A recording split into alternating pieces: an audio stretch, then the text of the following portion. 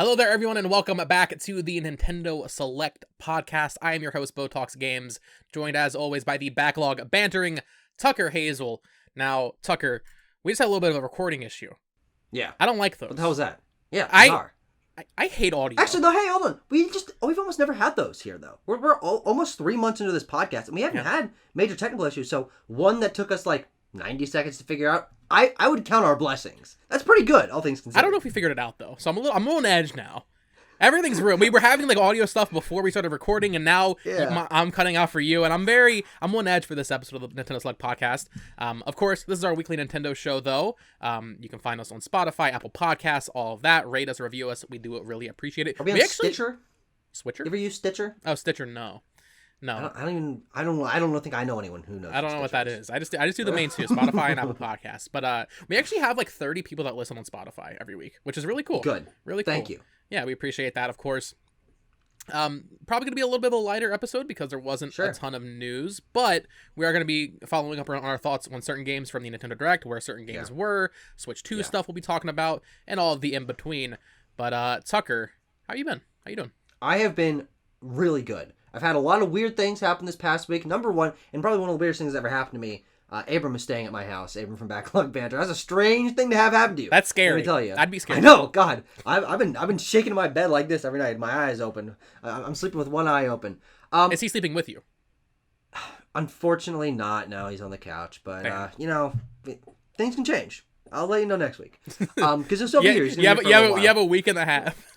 Yeah, I got a week and a half to convince him to share a bed with me for a night. Yeah. But I also have been playing a lot of games with him. A lot of really strange games that will show up in the what we've been playing section that are going to be like some really weird polls. We're going to have some great conversations about. But it's been very fun. But we've also been struggling with a crazy cat. I mean, we've heard the cat on this show a couple times, and she's been fucking going nuts the last few days. We were opening a can of tuna, and she just was screaming for like 2 hours straight. It's like, come on, I just want to have lunch. Give her some tuna. She doesn't want the fucking tuna. You can't have a cat. Well, she does want the tuna, but I'm not giving it. She's already like having diarrhea enough. Whatever. I don't want to get too much. Do you give her like the wet food? No, she'll eat stray food. Oh. Or actually, no, she eats a little wet food. I don't fucking remember. I don't take care of the cat. It's not my cat, so. I thought it was your cat. No, it's my roommate's cat. Okay. But we're also dealing with less interesting creatures, which is ants. Ant infestation in the house, especially in our bathroom, all along the ceiling, down into the shower. It's really annoying, and especially because like you can't really do anything about it when they're there. Like you can kill them, but like you don't know if they're not going to come back or not. And we put down the ant traps, a little blue something in it. They don't go in there. They just go around it. And I'm like, well, that's fucking useless. Yeah, I've tried those before. They were like they're like white pieces of plastic, I guess, with some sort of like bait inside of it. Yeah, I've never once seen an ant go in that. I don't know if I was using them them wrong. Scam. Yeah, I don't know if I was using them wrong. Dude, ants. I hate ants. I don't really get scared of like a bug. Like people are afraid of spiders. I don't care. Yeah. But ever since, and I was saying this before we got cut off. Ever since I think I was 16, I was cleaning out my closet, and it was completely messy, teenager room closet, right? Yeah. As you would expect. My PSVR box was just like in a pile of clothes, and inside the PSVR box was just a bunch of ants and like ant eggs. What? It was fucking disgusting. Dude, were they on your clothes too? No, it was just in the box. They were just living in the box. They weren't coming out of the box. I don't know why they were in there. But ever since that moment, I don't have like phobias or anything, but ants specifically, whenever I see an ant, I'm just like, I get a little PTSD. Because I remember I was like, my mom was gone or something. Crazy. My family was gone. I was watching my baby sister because she was like 3 at the time or something. And I was like cleaning the room while she was like playing on her tablet or something.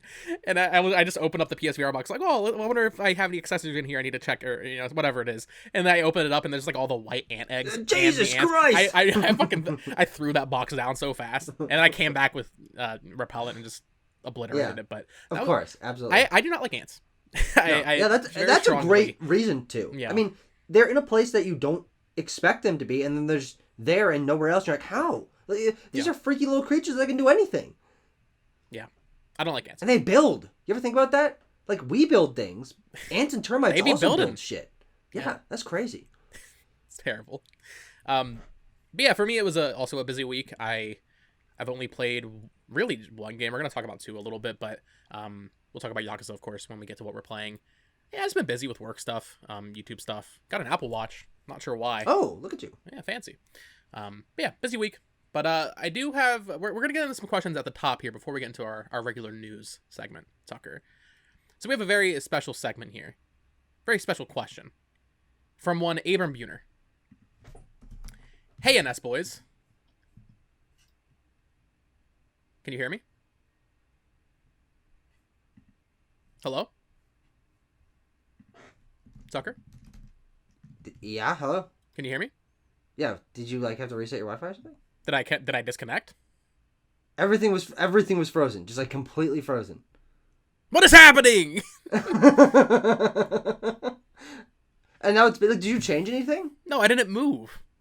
I was just sitting here and I was like, all right. I saw you the entire time. I was sitting there blinking and stuff? Yes. Okay, then maybe that part was on my end. That's weird. Yeah, it says I'm connected to Ethernet still. We're good now. I'll just cut. Be the worst. Yeah. This is the worst episode already. No, but we got some great stuff planned. So yeah. Now Tucker, we do have a very special question for the opening of the podcast here from one Abram Buhner, who you are currently living with. Yeah, he's he's a couple yards away. Couple yards. Interesting. It's hard to think about. Yeah, that's rough. He said, "Hey, NS boys, I've got a matter to litigate with you regarding Tucker Hazel. Oh. I'm currently staying at his house, listening through the walls as he records NS. Last night we were having spaghetti salad on the side. That's an important detail. In some twisted fucking attempt to impress either me or his girlfriend or both, he put his salad into the bowl with the spaghetti, mixed it together and eating it as one for the fucking sick thrill of it.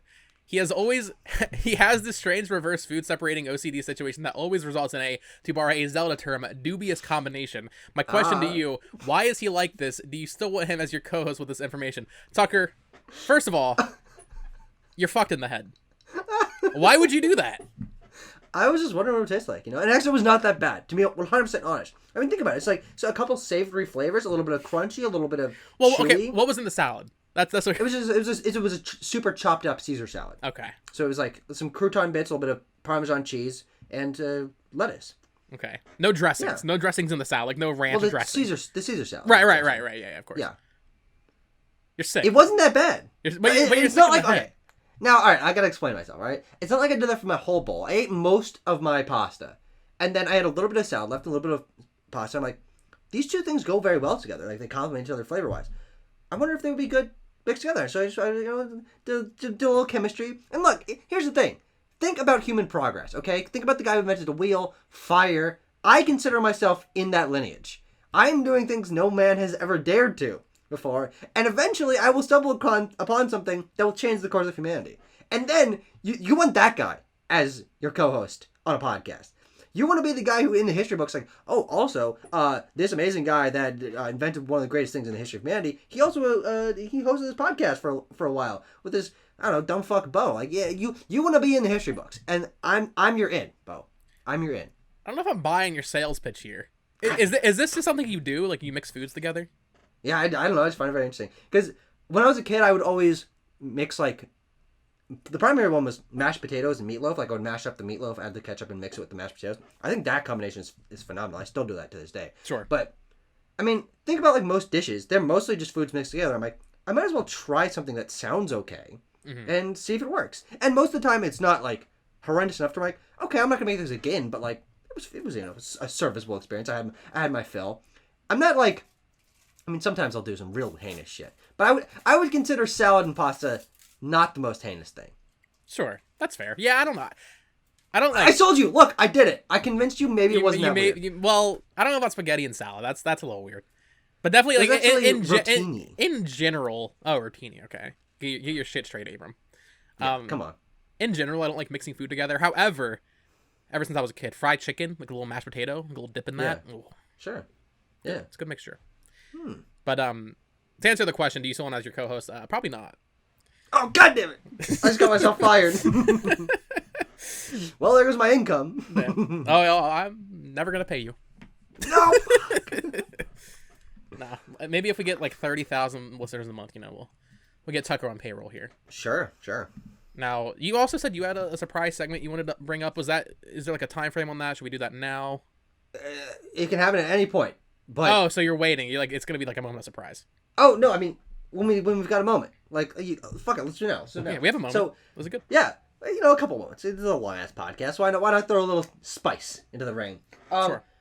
I was gone back to Texas for a while. I had a couple episodes recorded from my home back in Texas. And during that time, number of games that I'd ordered before I left came in.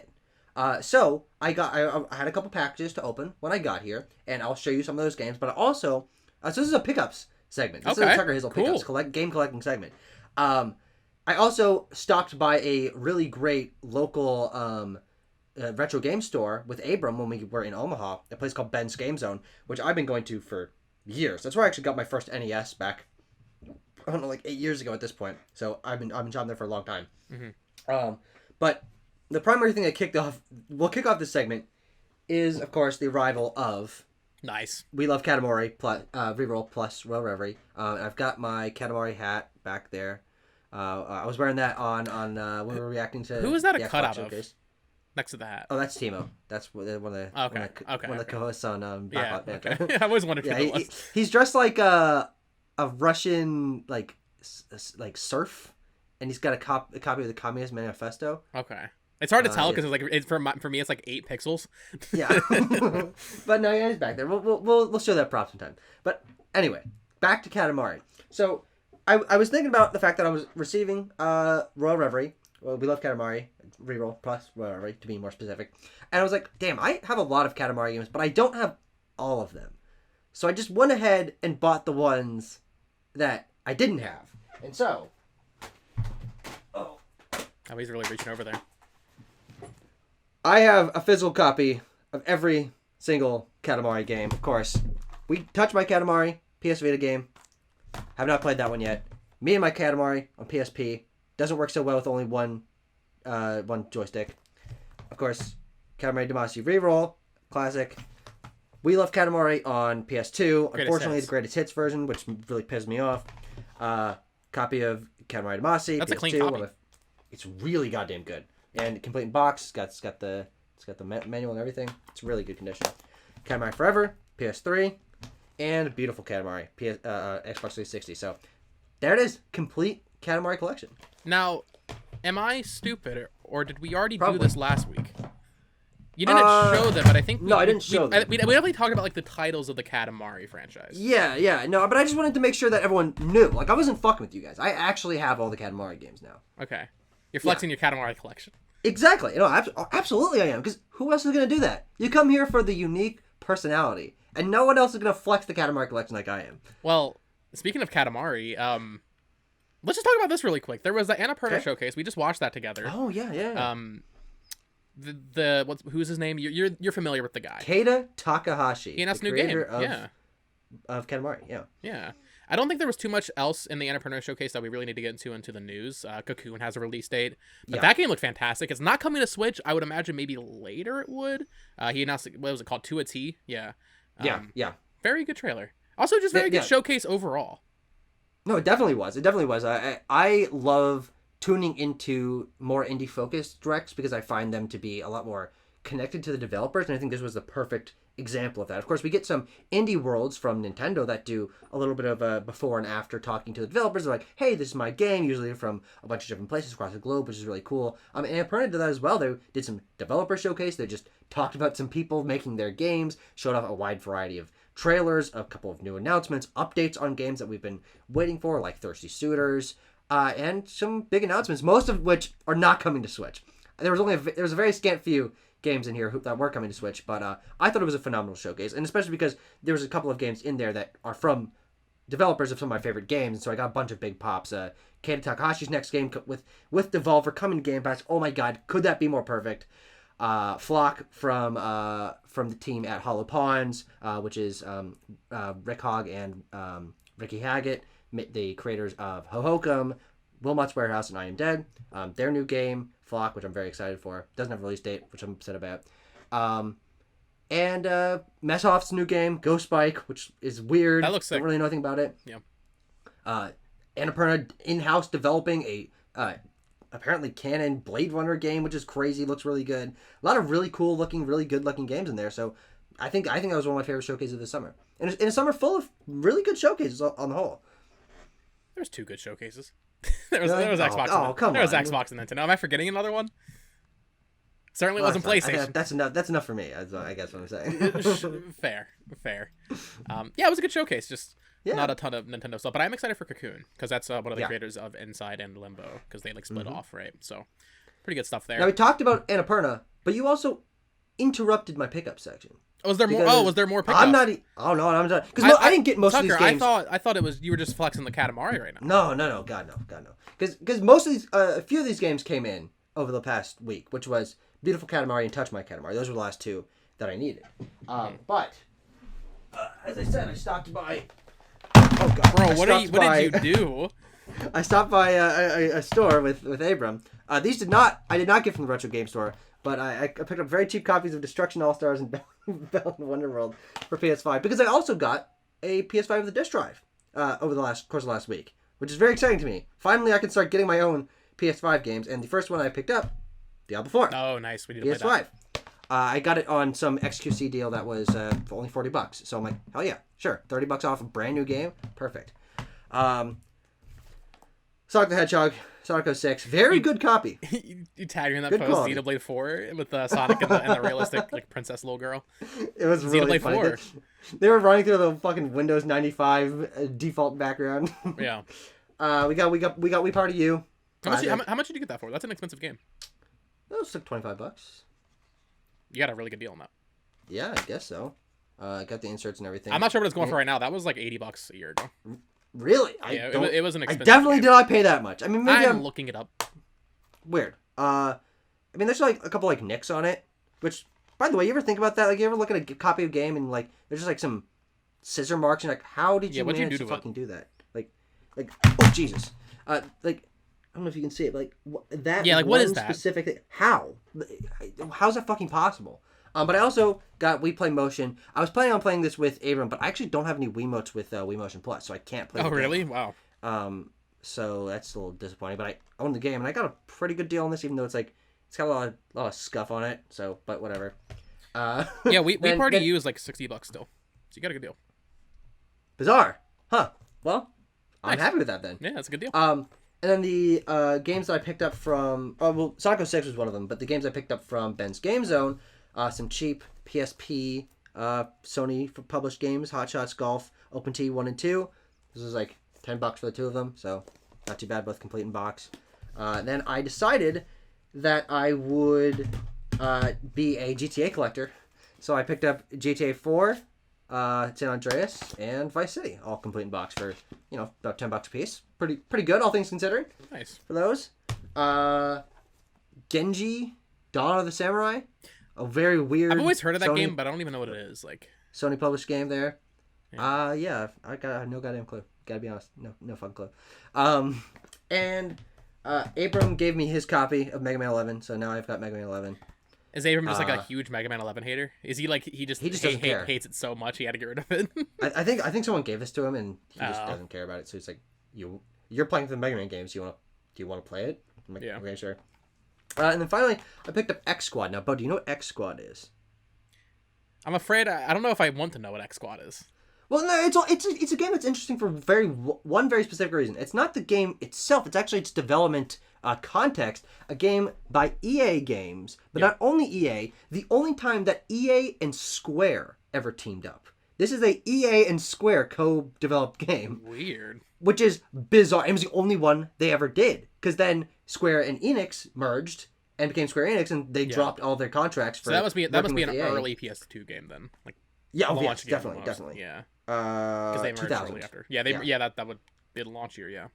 Yeah. So EA Square. This is the only game so ever by weird. EA Square. That's so weird. What is exactly. it? Is it just like a little like third-person shooter of some kind of. Sure. Yeah, I mean it doesn't look that good, but it probably isn't that good. But it's just bizarre. Like this was like $4 complete in box, and it's like a part of gaming history in a very strange way. Because I was looking at this game, I was hearing about it, I'm like, EA and Square made a game together? They made one game together, and it was this fucking thing I'd never heard of? X-Squad. So I needed to get a copy of it. So a lot of strange pickups. But I like that kind of thing. Like, just like having pieces of gaming history that I can hold in my hand. That's what I like about game collecting. I'm not as much of a collector as you are.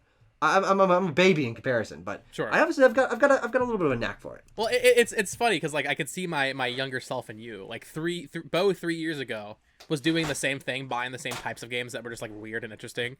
Yeah. And then when I started going to like thrift stores a lot, that really elevated like my PS2 and like those types of games. Yeah. Haven't found X Squad though. On the topic of games though, not a news thing. Isn't that the whole podcast? True. On the topic of us buying physical games. Sure. Shout out to Best Buy. They started this new Total Tech membership thing where I don't think it's live anymore. I think it was until June 29th. All Switch games were buy two, get one, or at least most Switch games. Basically every pre-order you could want for the rest of the year. So I know you stocked up. And some older games. I stocked up. Pretty much everybody in the server stocked up. Because why would you not? If you're planning on getting Mario RPG, Mario Bros. Wonder, and Pikmin 4, for example, why wouldn't you do this? $50 a year. I did like 4 orders. I'm fucking set for You did 4? I think Jesus. so. Okay. I think so. I did 6 games, which was the 5 Nintendo published games coming out for the rest of the year, including Pikmin 4. So that was part of that. Did you get Pikmin 1 and 2 HD?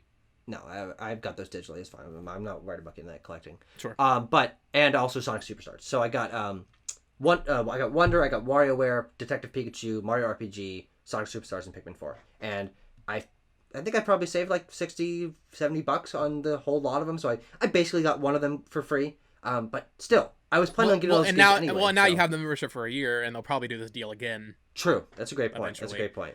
So yeah, good deal. I got all those, and then I got some Weeb stuff, some NIS America, Legend of Heroes stuff that I will never have time to play, but I like the idea of playing them. So like Sure. Yeah. Maybe and that's the problem with us. We're game collectors. We like to buy games like this is a thing that I could play. Yeah. Dude, therefore I must own it. Specifically with Legend of Heroes, I've been trying to get all those because they get very expensive after they come out. Like they don't really seem to reprint them. So I've just been buying them when they come out. And there's like fucking 8 of them on Switch. And I know the series is 13 long. I know everybody that plays Xenoblade says to me, play Legend of Heroes. So at some point I will get to that. They're all connected. It's all one big storyline. There are like different like sub-series like Trails of Cold Steel, which I've heard of that. Yeah. But I believe my understanding of the franchise is that they're all connected. And NIS America has recently been doing a great thing where they're trying to bring them all to the West because a lot of them hadn't been localized. So in the past like 12 months, we've gotten 4 of them on Switch. Like just they're just pumping them out. Yeah. That's bizarre. Kind of reminds me of this is a series I have zero experience with. Yeah. Speaking of East, I'm looking at the Wikipedia article here. It looks like there was a fighting game crossover between East and Trails. That's so weird. See that. On what? East versus Trails in the Sky, a crossover fighting game containing characters from the East and Trails series on PSP. Only in Japan. Yeah, most of them until like the past, I would say like PS4 generation were only in Japan. That's bizarre. So bring them all over. There are whole histories of primarily JRPG games that I just have very little familiarity with, and so you collecting them, like you're now teaching me about this series just even by mentioning its name, which I'm gonna be honest, I never heard the name Legend of Heroes before. I've heard Trails in the Sky and Trails of Cold Steel. I've heard of those before, but never Legend of Heroes. The main franchise banner. Yeah. Interesting. Yeah. At some point I will get to those, but I just know they're 13 games, 100 hours each. I gotta take my time. I'm already getting to Yakuza right now, which is a whole can of worms. But yeah, shout out to Best Buy for that deal. Very happy with that. Cool. Yeah. Yeah. Very, very good stuff. Let's go and get into our news though. Our first section of news, Tucker.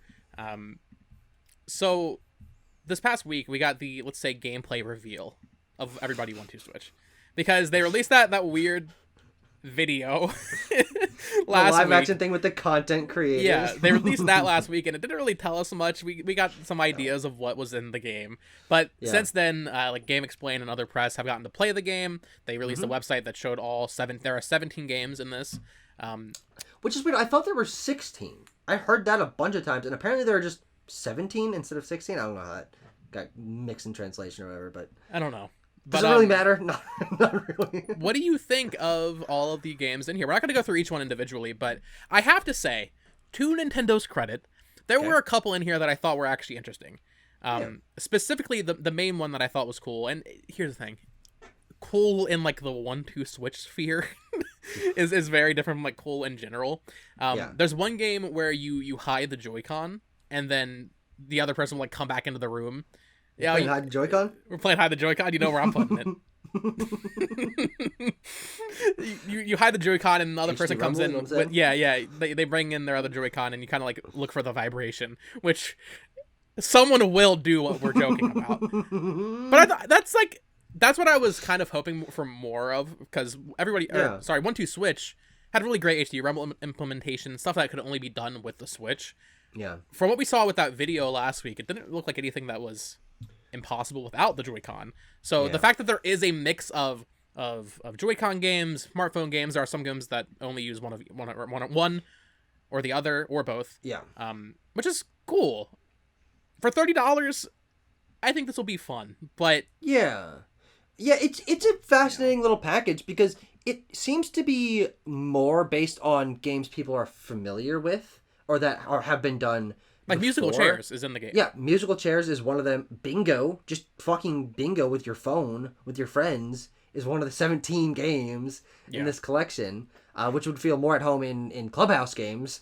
And they've got the episode 1 of Squid Games fucking thing where you have to like freeze. Well, and I think that's actually a pretty fun idea too. No, absolutely no, and I think that in this package it seems pretty interesting, but there's such a weird breadth of tiny ones and bigger ones in this. I have no idea how I'm gonna like this game or not. It just continues to get more and more fascinating, and people saying in big groups it's actually kind of fun, and then some people saying, oh, it's the worst previewed game that Nintendo ever had. It's like, I have no idea how this is gonna actually shake out at the end of the day. Yeah, I haven't watched any of the previews because I think Go Nintendo also played it, so I haven't seen any of the impressions. I'm guessing that means they're probably not great because I haven't heard anybody talking about it. But they also just haven't they haven't really given many people access. Like, you'd think we'd have reviews for this game like 2 days ago. It comes out when this is getting posted. Actually, it comes out tomorrow. Yes. I honestly did not realize it comes out tomorrow. I was thinking, oh, this is like a week away. Still, no, it comes out tomorrow. No. The game will be out by the time you're listening to this podcast. Next week, you'll have some impressions for us. I'm gonna try to get a little group together to play it, but it probably won't work. We'll see what happens. Yeah. 1-2 Switch is nice because you play it 2-player, and you can always find one other person. Getting a whole group together, that's like a whole thing for me. But I'm interested. I'm actually I'm more confident in it now, being at least akin to 1-2 Switch in quality than I was. Yeah, and what's bizarre is this is the best thing we've gotten for this game. So why was this not with the game 21 days ago or whenever it was revealed? I mean, obviously, I thought they were working on this. I mean, I guess it's possible that they were still working on this trailer, but should have just shown this with the game at release or at launch or announcement. Fuck. Yeah. Very weird marketing. Bizarre. I'm sure there's very low expectations. I'll be curious to see in like, what would it be, the next financial meeting or the one after that? Will this game hit 1 million sales? I think it might, just because it's only $30. I think it probably will. Yeah. Probably will. God, very few Nintendo games don't. Weird game. Yeah, I don't know. I'm assuming Bayonetta Origins probably isn't, and I'm not sure what Advance Wars is at. But true. Most games on Switch do. Yes, dude, fucking Big Brain Academy sold better than WarioWare Get It Together. That's insane. So funny. Hey, that game's great though. Big Brain Academy. Brain vs. Brain. It's actually very fun. If you like the old school Big Brain Academy games. This was funny, Tucker. So and we'll get into this more with our major news stories because there were some interesting things that people were talking about with Nintendo's investor kind of Q&A that they did. It took a while for translations to come out. It happened before we recorded last week, but the translations just now came out a couple days ago. I saw people talking about this. There was a fan who, for those that don't know, this is for investors, so you have to invest in the company. Yeah. Someone invested, I believe it would be the equivalent of like $3,500 USD to get into this meeting to ask about the Splatoon 3 boy. So this was their question. From the 2021 Fall Direct and all the next year trailers, they always showed the girl character. There were people like me who were looking forward to playing as a boy, and every day we were filled with a dread that we wouldn't be able to. This person went to Furukawa, the president of Nintendo, to ask why they weren't marketing the boy. Bro, the boy's in the game. Why are you... This is so weird. From what I remember hearing when this was happening, it's about how many more options there are for female characters in terms of customization versus the male Inklings. I never even once fucking thought about that. So clearly someone is very passionate about it. But I think the most fascinating thing about this, and it's possible that a story like this has happened before, I'm just not remembering it, but is that a fan can just spend $3,500, which is certainly not a small amount of money. But investing in Nintendo is probably a reasonably good idea anyway. So like, okay, that's probably, a good thing for this guy. But it's an obtainable amount of money to go talk directly to Nintendo's investment board, which I think is fascinating. Yeah. Just blow 3,500, go ask where Mother 3 is. Yeah. And then Furukawa will just say, we're always looking at our portfolio or whatever the blanket term is. Oh, God. It's very funny. We did have a major Nintendo announcement, a collab this week, Tucker. Just want to shout out Mario Oreos coming to stores. Really? In July. You didn't see this? Yeah. So there's actually a pretty cute commercial where like the Oreos are rolling around, and like making like the Mario Bros theme song. We saw this a couple years ago with the Pokemon Oreos, but now we're getting Mario Oreos. Just my brother still has a package of those. Disgusting Pokemon Oreos. Dude, people were selling the Mew Oreos for like $500. Yeah, I don't know if I don't know if those are real sales. Like I don't know if they actually got paid for. But I looked it up when this got announced. They're still selling for like money. The fucking Mew Oreo. Oh God. But it's cool to see Nintendo doing more. 16 Super Mario Cookie designs. Yeah, that's a lot. That is. I mean, I'm I can't even name 60 Mario characters. I don't even know if this is more or less than other. Like there had to be more Pokemon ones in this, right? Than 16. I would assume so. Yeah. But it's cool to see Nintendo just branching out more with Mario as a brand. We saw this with Lego 3 years ago. Obviously that direct was Mario filled, and the Mario movie. So more Mario. What's the word? Like synergy, marketing synergy. Yeah. This was interesting. I think we might talk about this. I'm not sure if you played the demo. I have not yet. Pikmin 4 has a new rewind mechanic. Let me read this excerpt from Go Nintendo here, from their preview. Pikmin 4 has a time limit for each day, just like previous games, but there's also a rewind functionality built right into the game. And anytime if you lost some Pikmin or made a mistake, or just want to start over for any reason, you can rewind to an earlier point. You can do this as many times as you want without being penalized. I actually love this.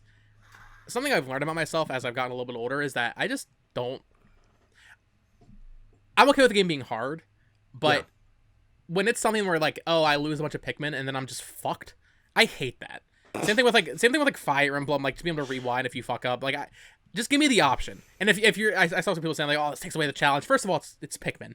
If you're really going to Pikmin for like a hardcore challenge, I don't know what to tell you. You can make your own parameters. You don't have to use this feature. More quality of life stuff like this, I think, will only help the franchise. And I will absolutely be. I will probably do a no death Pikmin run now because, like, I don't want to see them die. Yeah. What's interesting about this is, I think it's a good thing. I mean, and it's also. So I have played the demo. I played about 90 minutes of the demo, so I can give a little bit of thoughts about that in a bit. Yeah.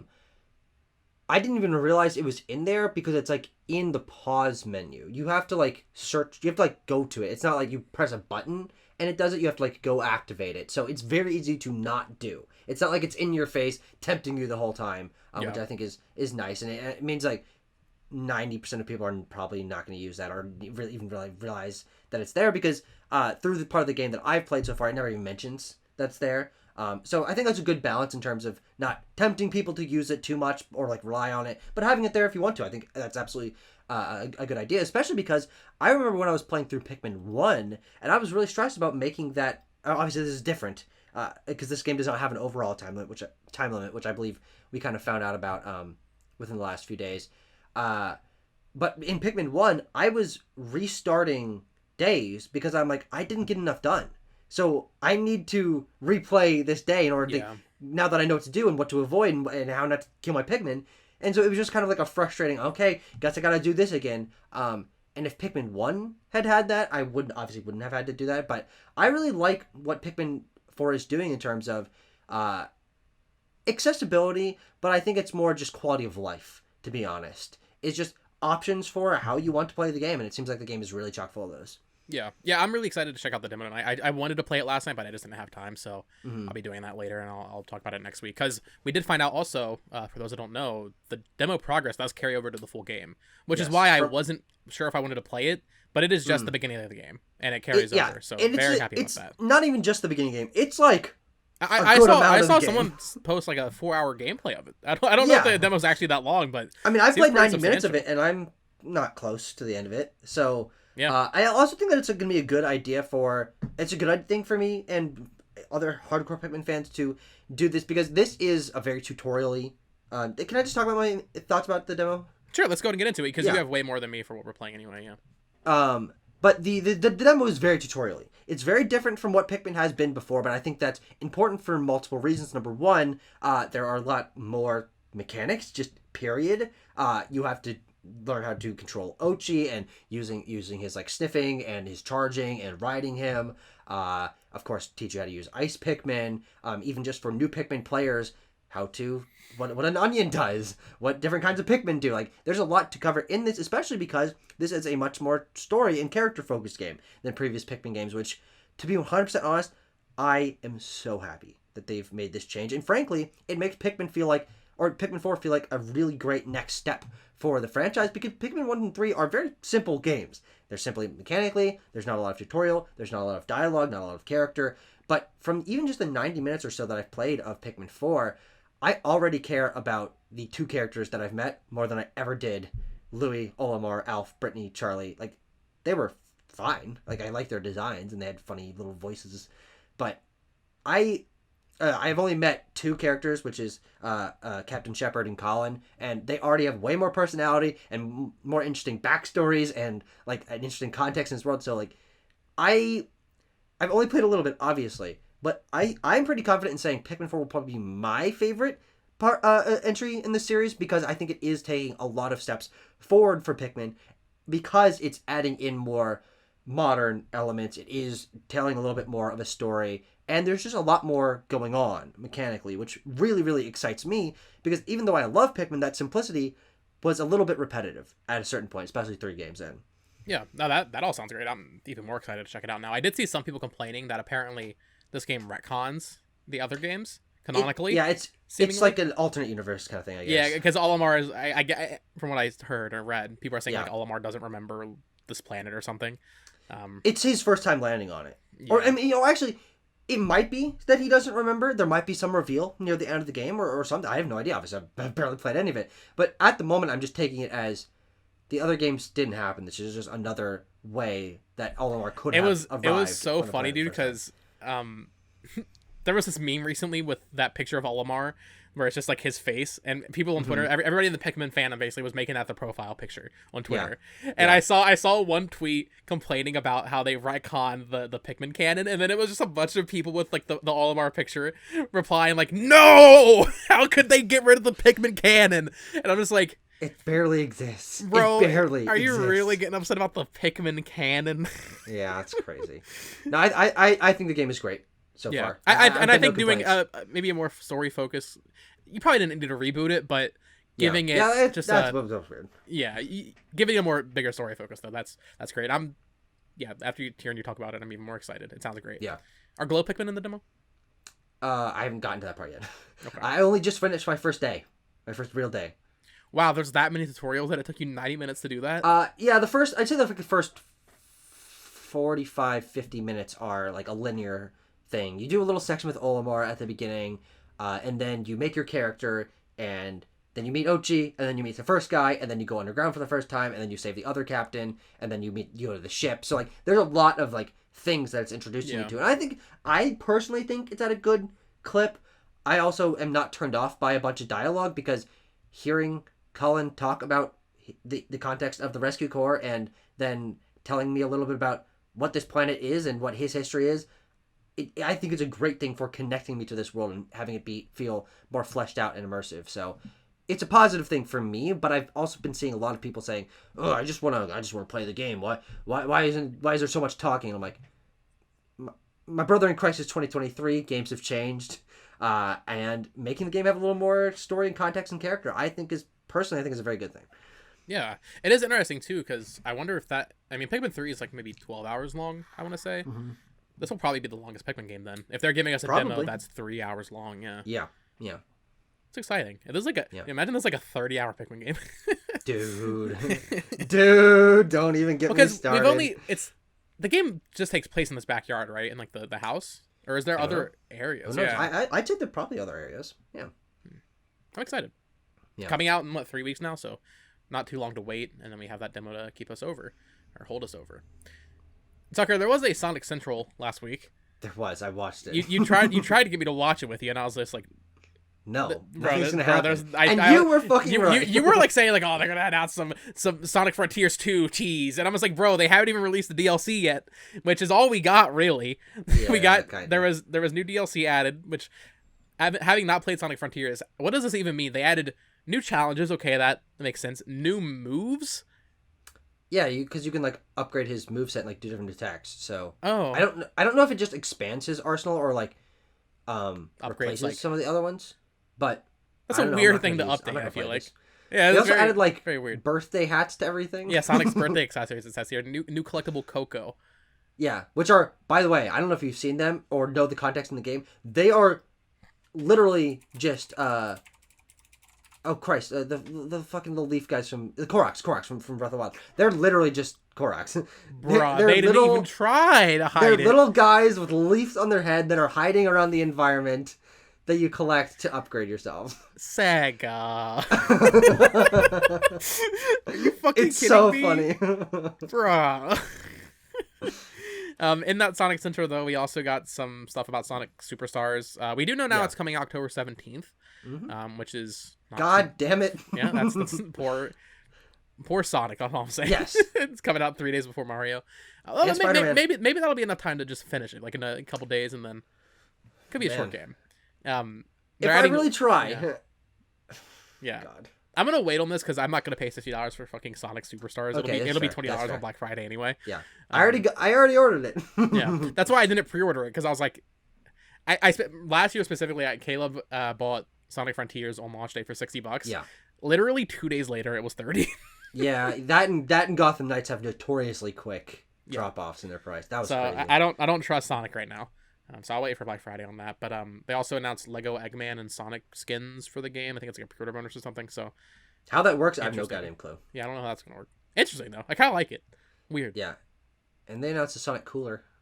Oh, did they? A Sonic cooler? It's just a cooler with Sonic stuff on it. Oh no. This is the point we've gotten to. But also, you know what? Fine, sure, it's funny. Like at this point, Sonic's such a meme. Like just put him on everything. Put him a fucking cooler. I don't care. Why not? We also got some information on Batman Arkham Trilogy for Switch.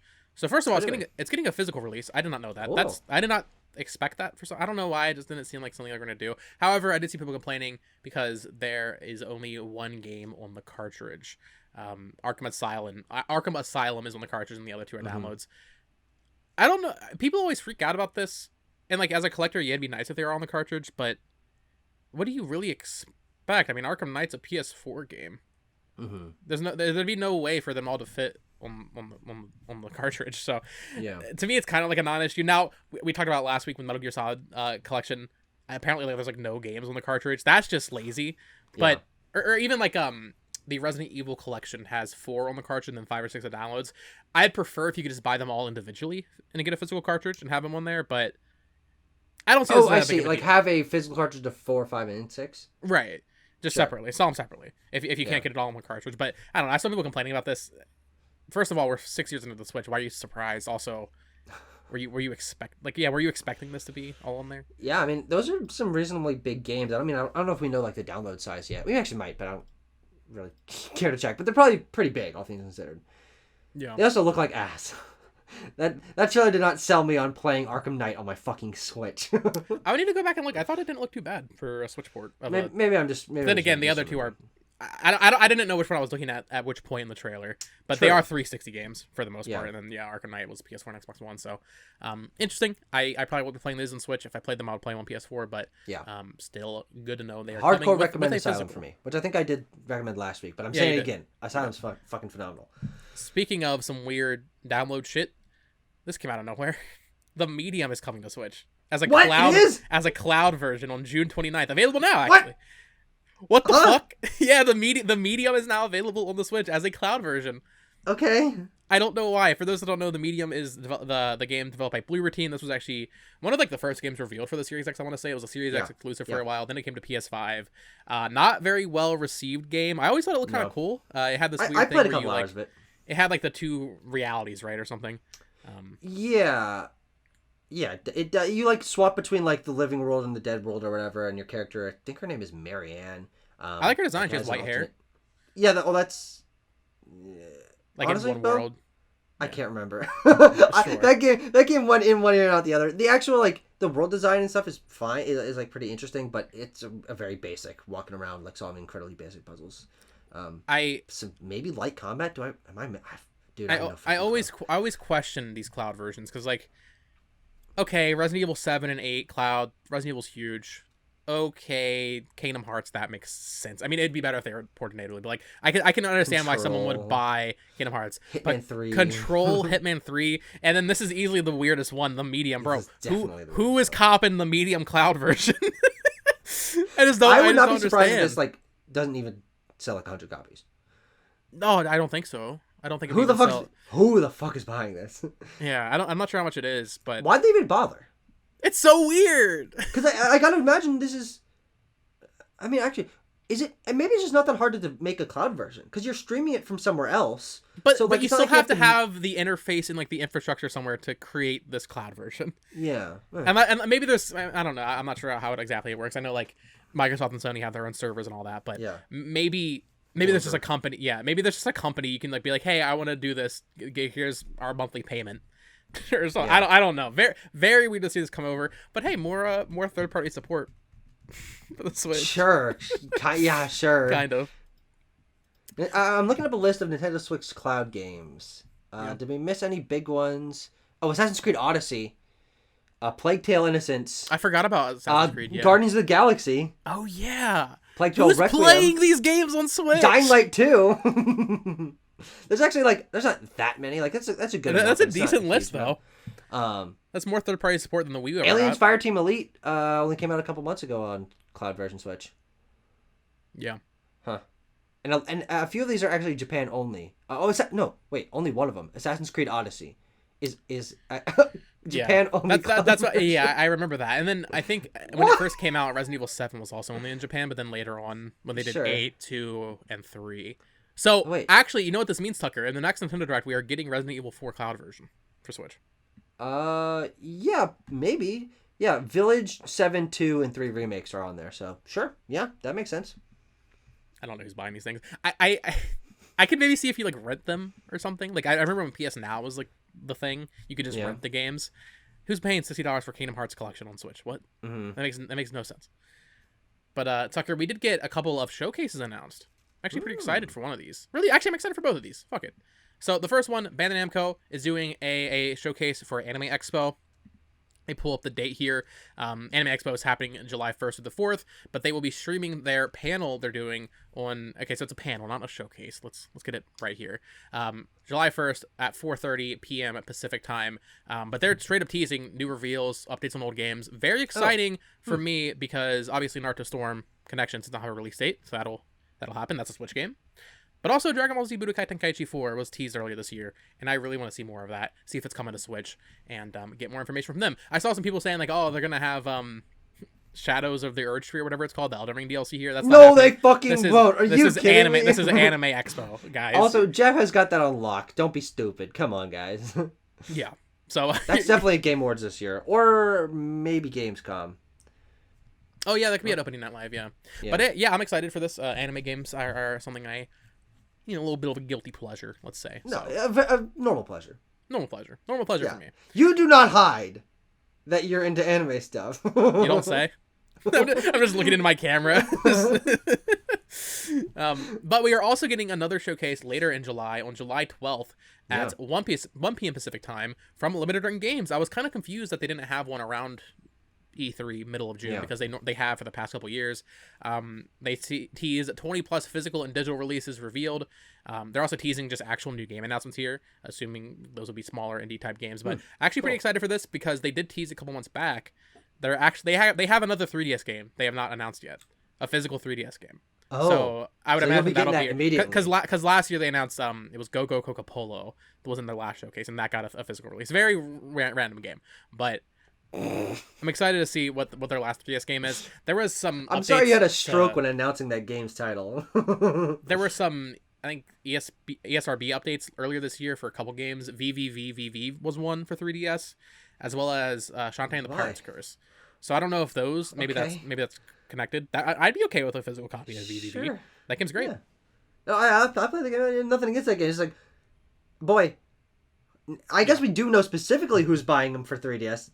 Nonsense 3DS collectors such as yourself, but also like. Well, I mean, who else? No one's gonna buy any. No one. The only people buying 3DS games now are 3DS collectors. So like, Of course, yeah. you might as well do. I know. I think it's Just speak to the market, I guess. Limited Run Josh, I want to say. He's been very vocal about wanting to do Attack of the Friday Monsters, which was a level 5 developed game. Yeah. I would love that. I don't know if that'll happen. Yeah, which was digital only. Yeah, of course. So obviously you can't get anywhere. True. So yeah, if that's what they have up their sleeve, that's like the dream announcement for me. I mean, the dream announcement is that they're going to start just working on more of them, like these games that are now inaccessible. At least putting some physical copies out there. You can't manufacture them anymore. Oh, wait, then how are they doing these? Manufacturing stopped, I think, February of last year. They just did it and then didn't announce it. They manufactured it and then just had it ready. Yeah. You can no longer manufacture 3DS games. So whatever they have is what they got. Okay, never mind. God damn, that sucks. So this will likely be the final 3DS game. I'm also keeping a pulse on, what's the developer's name? They make Retro City Rampage. They'd be doing a lot of weird late releases. They did Shakedown Hawaii on Wii U in like 2017. Retro City Oh, no, actually, I'm not sure. I'm not familiar with that. I can't think of their name. V-Blank, that's what it is. So maybe them. I feel like they might have a 3DS game cooking. But very exciting. I'm excited for both of these. More low-key events, but still cool to see. I wanted to talk about this. I don't remember if we talked about it at all last week. Persona 3 Reload not coming to Switch. The person that actually leaked this game on Twitter, just I believe a Japanese user, tweeted out confirming, or from their sources confirming, that Persona 3 Reload is not coming to Switch. It was not in that direct. I still can't believe this. Yeah, it's weird. this and we'll get to another omission from the direct, being Prime 4. I don't know what Atlas is doing. We did get some internal documents saying that Microsoft tried to acquire Sega, so maybe their relationship's definitely good. So I imagine they gave them a lot of money to put Persona 3 Reload and 5 Tactica on Xbox. Yeah, and then PlayStation was their main audience to begin with, which just kind of leaves Nintendo just in the middle of nothing. I guess it's fucking weird. It's also weird just them being in the middle because they're not in the middle; they're on top. Like the Switch has the biggest install base of any current system, and obviously big in Japan. The biggest console in Japan and biggest console worldwide. So like, okay. But I think really what this what this will mean is it'll come to Switch in a year and a half or something like that. Like Reload. That's what I've been saying. Christ. Yeah. I don't think this means that the game will never come to Switch. I don't think it'll happen at launch, obviously. Yeah. And then I'll be curious about Metaphor Refantasio, if that'll probably not come to OG Switch, but maybe if we're getting a new Switch next year, maybe. Final little news thing, want to include it here. Pokemon Sleep got a new promo video. I did not watch it, just some Snorlax BS, but Pokemon Sleep been very MIA. Even after they re-revealed it in February, we have not heard anything. But yeah, we got a new trailer showing like what the game kind of is. They said it was releasing summer back in February, so I guess it's still on track. But I kind of forgot about it. Pokemon Sleep's so weird. It was announced in 2019. We didn't see it again until February of this year, so almost a 4-year wait. And then they just went silent again for 5 months. That's coming out this year. So I just tapped through this thing. It's literally just like ostensibly a GIF of Snorlax sleeping. And then a Pikachu shows up and is sleeping on his belly. Yeah. And there's a sleeping Charmander and a sleeping Squirtle. And the Pikachu looks cute. And then it says coming 2023. Get hyped. Pokemon Sleep's still coming. We will be talking about Pokemon Sleep on this fucking podcast. Yeah. This is maybe one of the weirdest fucking games that's ever been conceived. Yeah. This is definitely weirder than Pokemon Smile. Yeah. Which was just like a little brushing minigame. Yeah. That would make sense from like, oh, it's for kids. Like to help them brush their teeth or whatever. Pokemon Sleep, what the fuck? What the fuck is this? This is incentivizing kids to be on their phone at night. Yeah. It's fantastic. That's not a good thing. Yeah, Don't do that, Pokemon Company. Thanks, Pokemon Company. But Tucker, let's go ahead and get into what we're playing now. As I said, busy week, did not have much time to play games. I'll go ahead and get through mine though, because you have a lot. Oh, I see you actually added your list here. I'm excited to hear about that one of those. I actually finished Yakuza 0 though. I plowed. Oh, you finished it? I plowed it. I was like, Jesus Christ. No wonder you were busy. Well, how long did it take you? Do you know your total playtime? It was maybe 28 hours, I think. Oh, okay. I only did like 20% of the side content, so I definitely need to go back to it eventually and do more sub stories. This is one of my favorite games I played in years. Great! Wow, dude, nice. I cannot believe how good this game is. And guess what, bro? Now you got like 9 more of these fucking games. Yeah, to get to. I installed Kiwami last night, which is Yakuza Good. 1. I don't know when I'll start it because I do want to play some other stuff, but yeah, this game. I talked about it in depth last week, so I won't get too crazy with it right now. But my main takeaway was the story and the characters. Yeah. The writing in this game is so good, and it's because it's this intense Yakuza crime thriller mixed with the goofy ass karaoke bowling shit that makes you really care about the characters. And I mentioned it last week, specifically Majima, eye patch dude, fucking goated character. I cannot believe some of the best character writing I've seen in a video game. Cool. The ending, I won't get into spoilers, but fucking fantastic. My only gripe with the game in general is just I don't think the actual combat is that fun. It's like it's good. It's good to maybe even like closer to great, but it's just fine. It's not, pushing the envelope. So I'll be curious to see if more recent games, well, the more recent games are turn-based RPGs. I'll be curious to see if the new Like a Dragon Gaiden game really elevates the beat 'em up combat. Okay. Because that's going back to the beat 'em up style. Also Judgment, I believe, is beat 'em up. But Yakuza 0, fucking fantastic. I'm definitely a bona fide Yakuza fan now. We'll be playing Kiwami soon, which I've heard is much shorter also. So I'll be able to get through that. But that's all I really played this week. I did also play a little bit of Star Ocean, The First Departure R. And when I say I play a little bit of it, I mean I actually played maybe 30 minutes. There's no tutorials in this remake. Okay. So I need to just watch a video because when I got into combat, I genuinely had no idea what was happening. That's bizarre. It's this really weird setup where like you go into it's random encounters, right? You have like your enemies on the left side of the screen, you're on the right side of the screen, and then your party just start kind of just going at it, and you can command them, you can control them. It's more like real time, but then you like set command. Very weird. I need to just watch a video on how to actually play the game, but I like the art. I like the pixel art. Square Enix didn't fuck up the font. And that's a big issue with Final Fantasy Pixel Remaster. So I was looking at how long to beat. That's like a 12-hour game. So hopefully next week I'll be more in depth on that because exactly. It's a short game. But I was on Andre's Restarts podcast. We were talking about Star Ocean 2 remake that's coming out in November, and looking at that game more, I really want to catch up for that. Not that I don't even know if the games are connected, but I just want to play this to get a frame of reference and then play that when it comes out. Yeah. So light week for me in terms of variety of games, but next week I will probably have quite a bit to talk about. Good. Yeah. I mean, those are both very interesting. I'm also very glad that you liked Yakuza, and now you can like, you've got a baseline. You know the story. You're gonna know why the other games are interesting. And I'm so excited. This is gonna be a great journey to follow next year. Here it's the journey is the good part, right? I wish I could just blip them all into my brain. I know. I'm the same way. I'm the exact same way. Because I know it will take me probably 2 years to get through everything. Yeah. But we'll see. Yeah, you know what's interesting is thinking about like, okay, that's gonna take you 2 years, but also it took like 20 years for these games to come out. Yeah. Or so like you're already beating them at a crazy pace. Even if you do it in 2 years. If I can beat one Yakuza game a month, I'll be done by the end of next year. Which actually, God, there's so many fucking Yakuza games. There really are, man. Holy shit. I'm excited. Yeah, God. Where do you want me to start? I've got a lot of weird shit this week. Yeah, I see that. Let's start with Final Fantasy 16 because which is actually at the end of your list here, because I actually did play the demo for that, and I finished the demo. We didn't talk about it on the podcast last week. I'll be curious to get your thoughts on this, and I didn't want to talk about it because my thoughts were a little premature. It's just the demo, right? Yeah, and they still are because I have not played more of the game. I do have it, but I just can you tell me what the demo is? Is it also just kind of the first chunk of the game? Yeah, it just starts the game off. It gets to where a character. Have you played a decent amount of it? I've played like 15 hours of this game. Oh, great. Okay, a character dies, or seemingly dies. Some big icon shit happens. This camp's on fire. Right? Yeah, of course.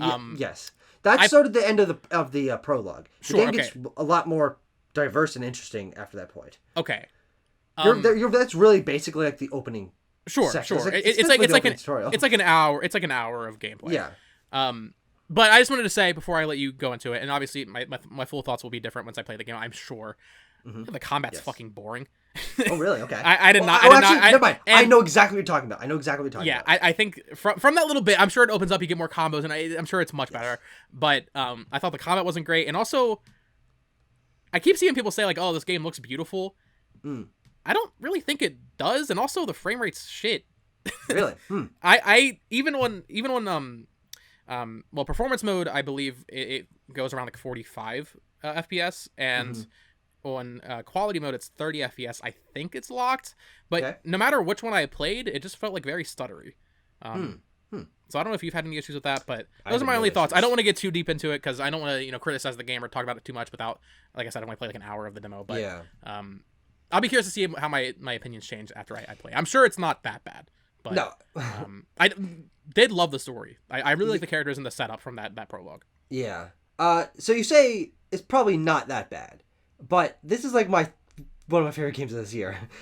This is the first Final Fantasy that I have gotten in on the ground level of. The only other ones I've played the only other Final Fantasy games I've played any of are 6, which I finished, 7, the original 7, which I played like 75% of, and then got distracted by something else and didn't end up finishing it, but liked what I played.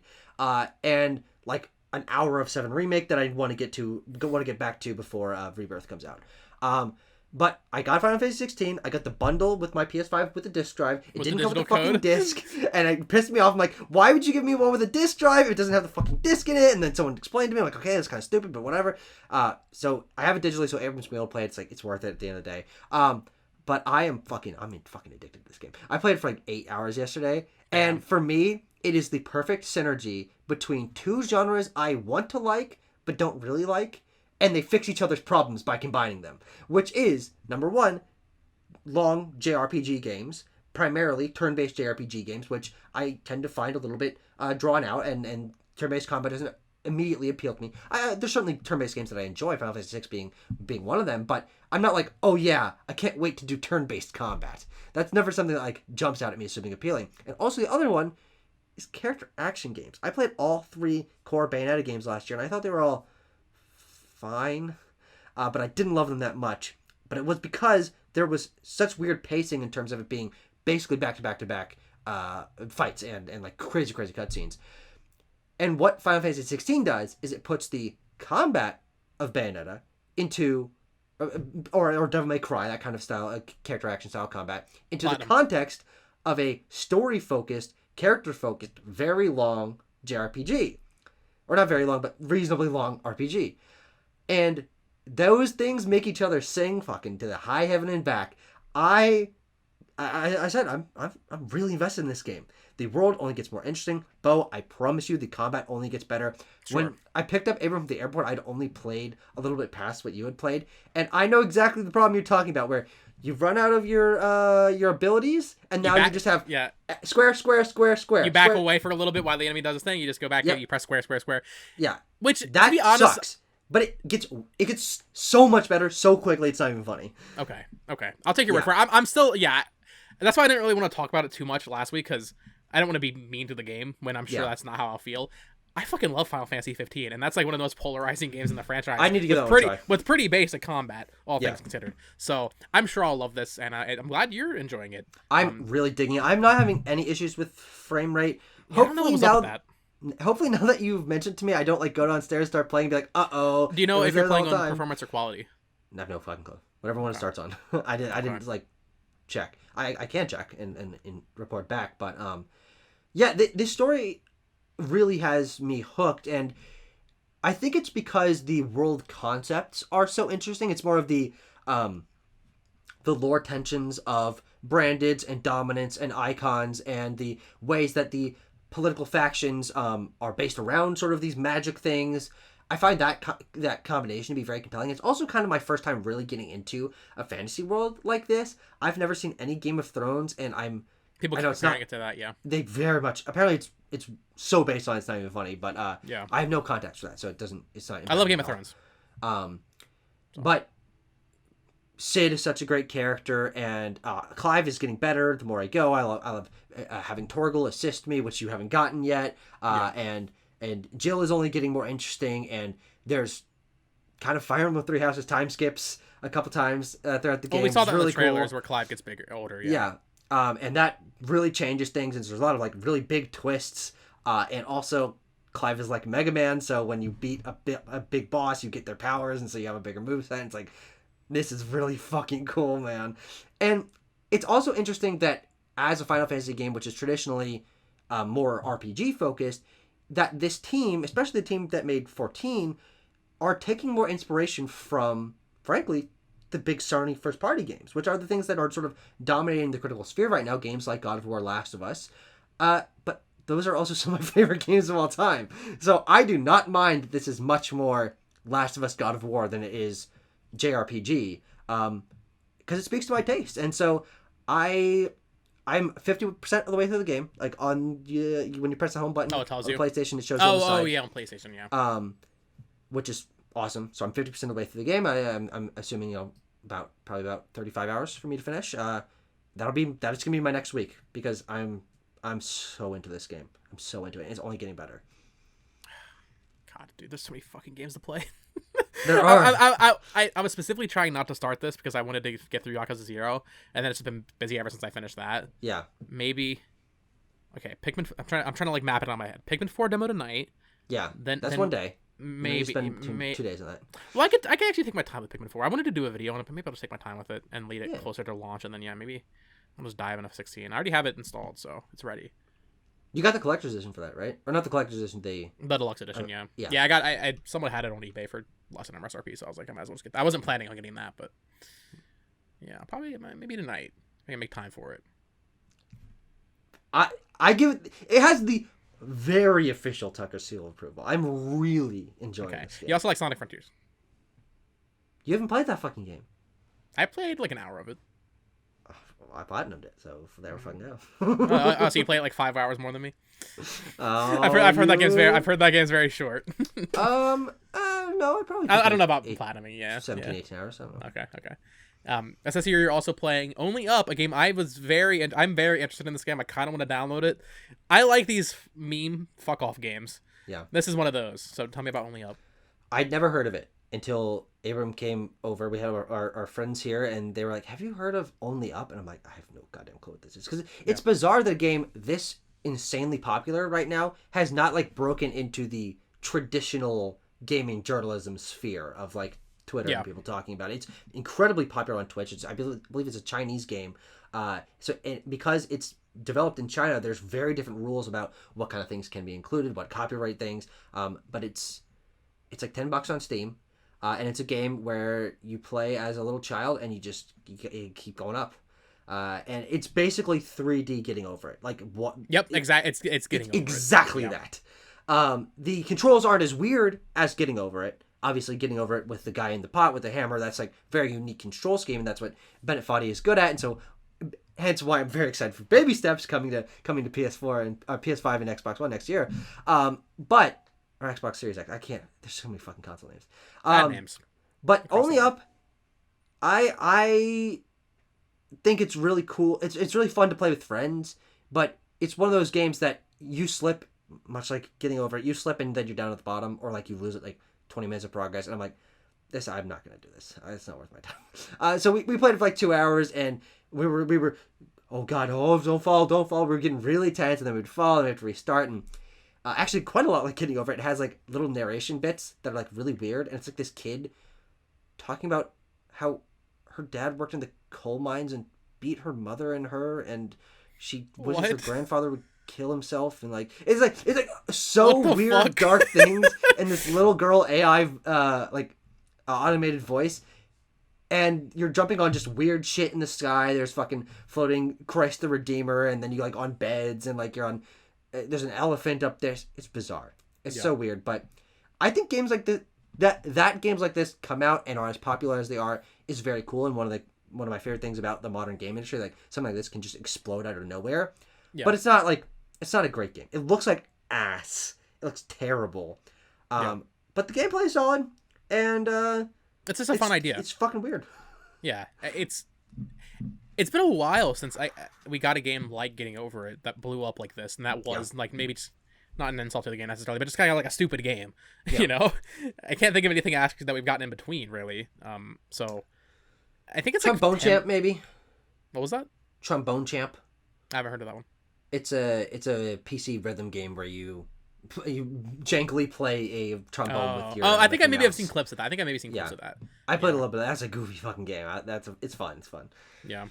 Yeah, if only it was free, I'd play it, but I'm not gonna pay for that on Steam. Yeah, I had some Steam money. I don't know how I had Steam money, but I got it for like $2.50. So like, I'm like, well, this is worth me and my friends sticking. It's a popular game right now. Yeah. Yeah. Yeah. Also, Steam Summer Sale started today. Are you big on those? Do you do that? I haven't for a while, but now I have a Steam Deck. I got a Steam Deck for Christmas. And, this is my first. This is my first. Oh no! Steam Summer Sale with the Steam Deck. Lock your card there are 3 games that I'm specifically getting, and I'll be looking into other ones to maybe get. Number 1, Pizza Tower. Pizza Tower, one of the most popular games of this year. My friend Abram just played it. It's his favorite game of this year. Even above Tears of the Kingdom, which is a different story. He's smoking something. And then also, Bo, I'm gonna play them. Sonic the Hedgehog 4 Episode 1 and 2 combined are now $5. Well, now you can compare them to Sonic Superstars directly. Yes, exactly. You know. Exactly. I will have to concede and take your word for it at that point. Yeah, but I will be playing probably all of those games by this time next week. Cool. Yeah. How long are those Sonic games? Those can't be long, right? They're episodic. Sonic Hedgehog 4 Episode 1 and 2? That has to be short. That's like an hour game. I don't use HLTB. What I do is I go Sonic... Oh, I spelled Sonic wrong. Sonic YouTube? the Hedge... Yeah.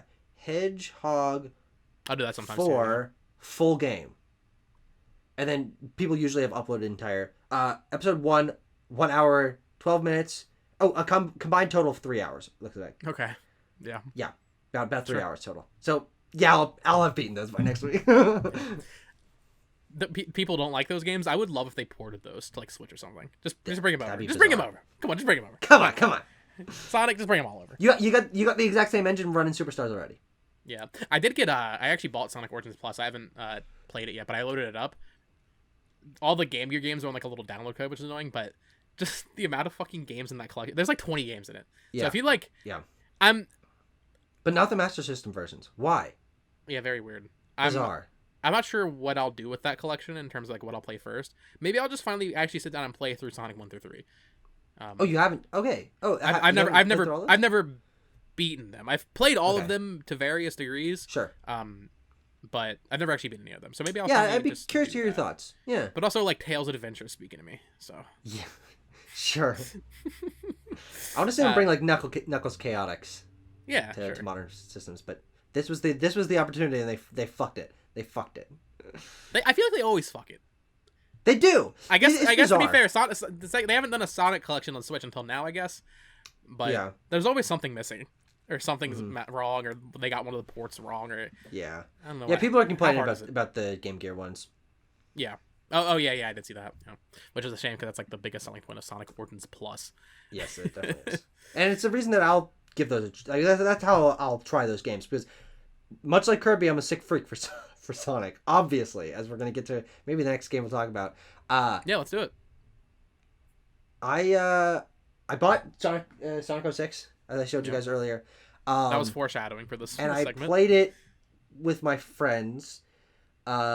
My friend Joe, who beat it when he was a kid, and he's the biggest Sonic fan I know. He has a backlog list that's every Sonic game ranked because he's played all of them. What's his favorite? I can't remember, but I'll look it up when you're talking to some later. I don't think I've ever played a more broken game than Sonic 06. Like, you hear about Sonic 06 being notorious. Redfall works better. Okay. And that's not an easy thing to say. You hear about Sonic 06. I mean, obviously it's one of the most notorious games of all time, but getting your hands on it, there's nothing. It's like the load times are so bad. Yes, there's I a do load time yeah. between every fucking time you talk to an NPC. It has to load the NPC and you load back. The collision is totally off. The physics are totally off. The structure is terrible. The first thing you do in the game is not go to a level. You spawn in Soliana, which is the city, like the human fucking city that Sonic is in this game. And then you have to go get some money, then buy the upgrade to let you do the light ring dash, and then you do the light ring dash to get to the first level. So there's like 15 minutes of you wandering around this fucking really poorly rendered, badly designed fucking PS2 ass. This is a PS3 game, but PS2 ass little open world, and talking like really shitty NPCs, and then you do a normal Sonic level, and it's a terrible normal Sonic level, and the fucking physics are bad, and if you lose your 5 lives, you have to watch the opening cutscene again, and there's no way to watch the opening cutscene again, and then play through that first area, and then do the level again. And I was on my last life. I almost had to do all of it again. Oh my god. But I didn't. Christ. Dude, it's so fucking bad. It's so bad. There's entertainment value in it, but every aspect of this game is fucking broken. It's just fucking broken. It's insane. I expect you to see this through to the end, Tucker. Now I played through 2 of the levels. This is a long game, I believe. This is like a pretty long Sonic game. Well, because there's like different like characters you play as or something. Yes, there are 3 storylines, a lot like the adventure games. Sonic, Shadow, and Silver. People don't want to admit it. This is Sonic Adventure 3. No, it is, because the first level is just another opening Sonic Adventure level. There's the fucking orca, and there's the beach, and it's the exact same.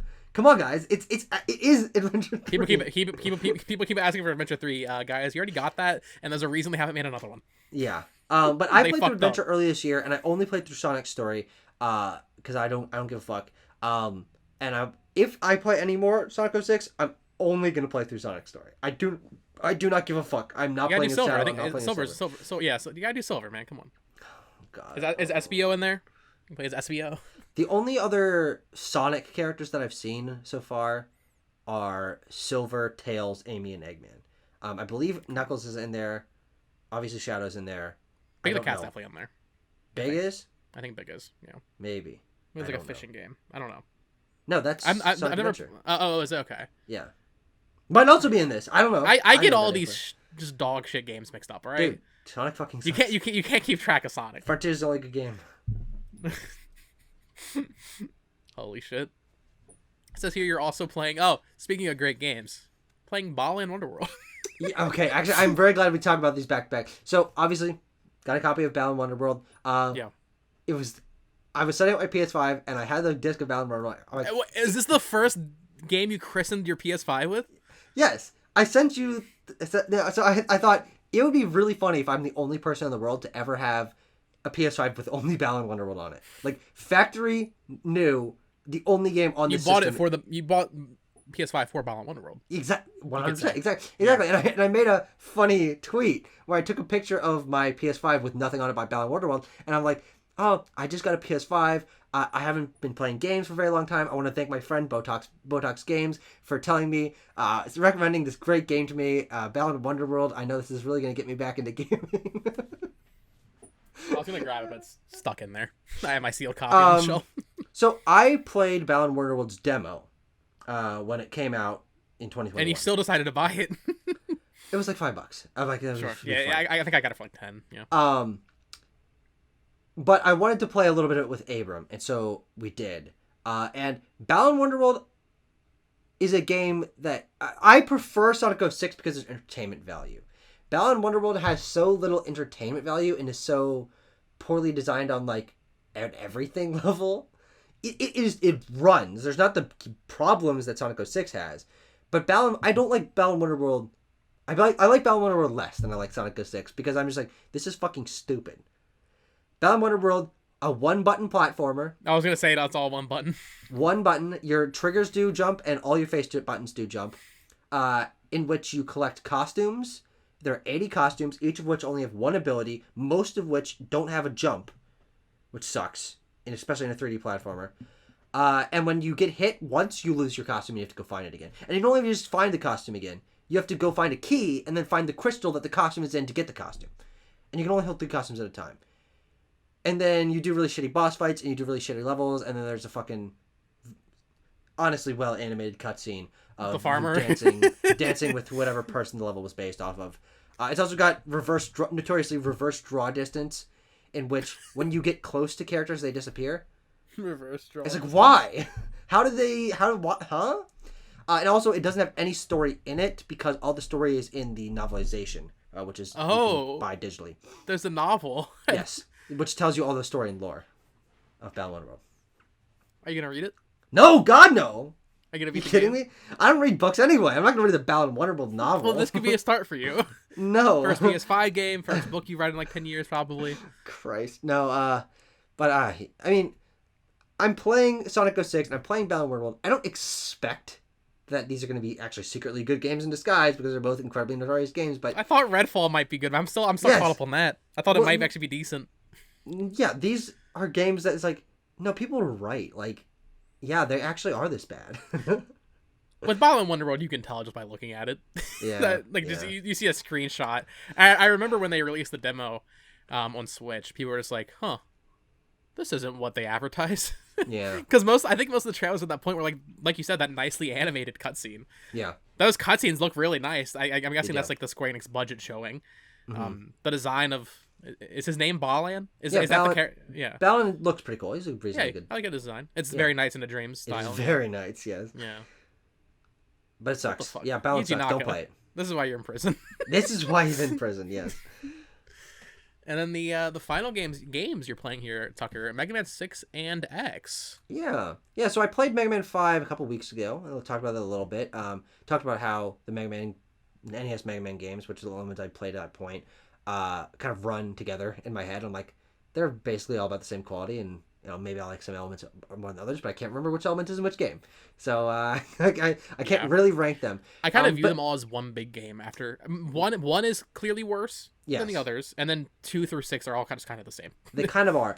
And it is the very specific elements of each one that make them even somewhat distinct, because like the bosses are kind of samey and the level design is kind of samey, but like one of them introduces Rush and one of them introduces Rush, but you can fly with them. Yeah, the different games add minorly different thing. One adds beat.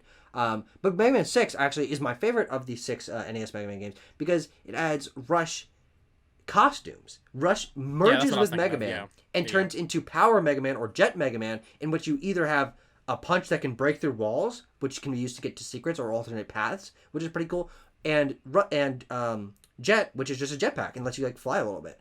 And both of those are really fun and add like exploration and some alternate pathways, and they're fun to use. And I don't really remember the other elements of the game, but that being something that just kind of adds a little flavor to the NES Mega Man formula, I'm like, hell yeah, Mega Man 6, my favorite NES Mega Man game. Not that I've played any of them more than once. Not that I'm an expert, so take my word with a grain of salt. If you're a Mega Man fan, it's like, if 6 is somehow worse than the other ones, you might be right.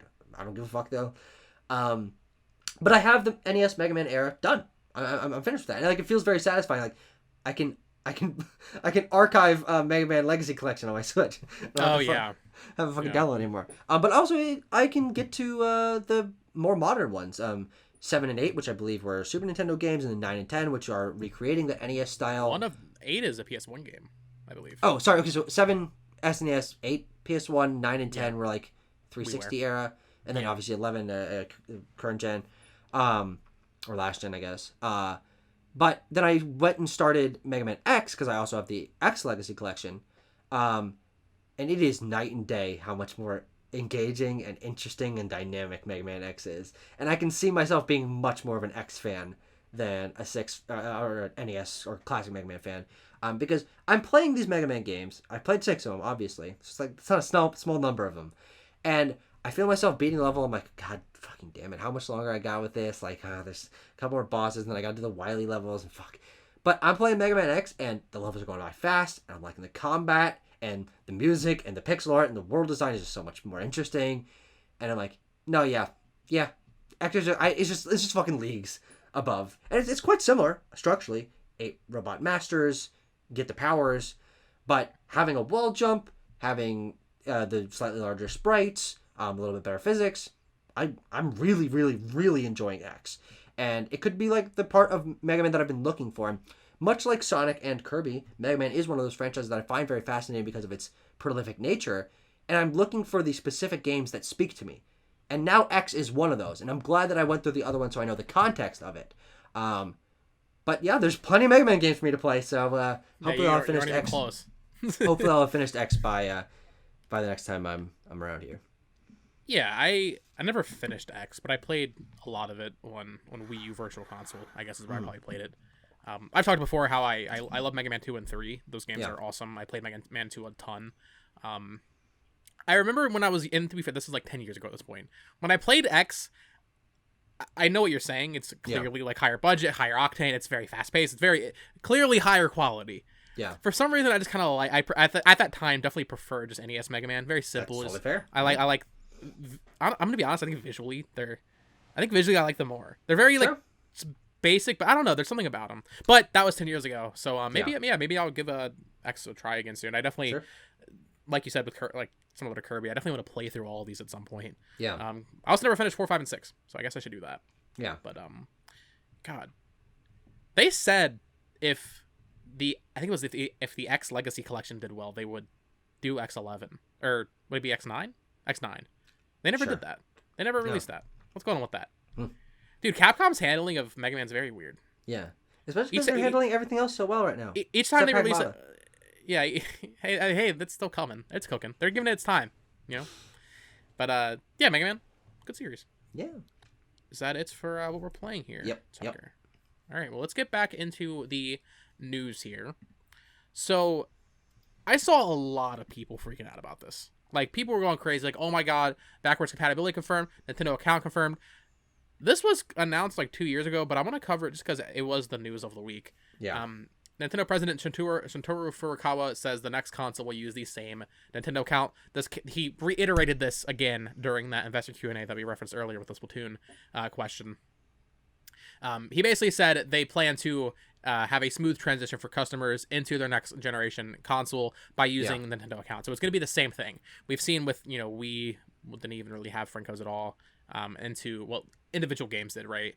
Into 3DS, which had Frinkos, Wii U had Nintendo Network ID, Switch then had Nintendo account. So everything has had a different infrastructure. Yeah. They're saying it's going to continue and use Nintendo account.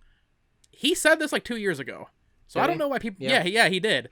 It is exciting. It's great to know. Yeah. And I think reiterating this is good. It does definitely indicate, I think, backwards compatibility. That'd be weird if it wasn't. But yeah, I don't know. I just saw people freaking out about this, and I don't really know why. Like, I saw people saying, next gen confirmed backwards bro, this happened 2 years ago.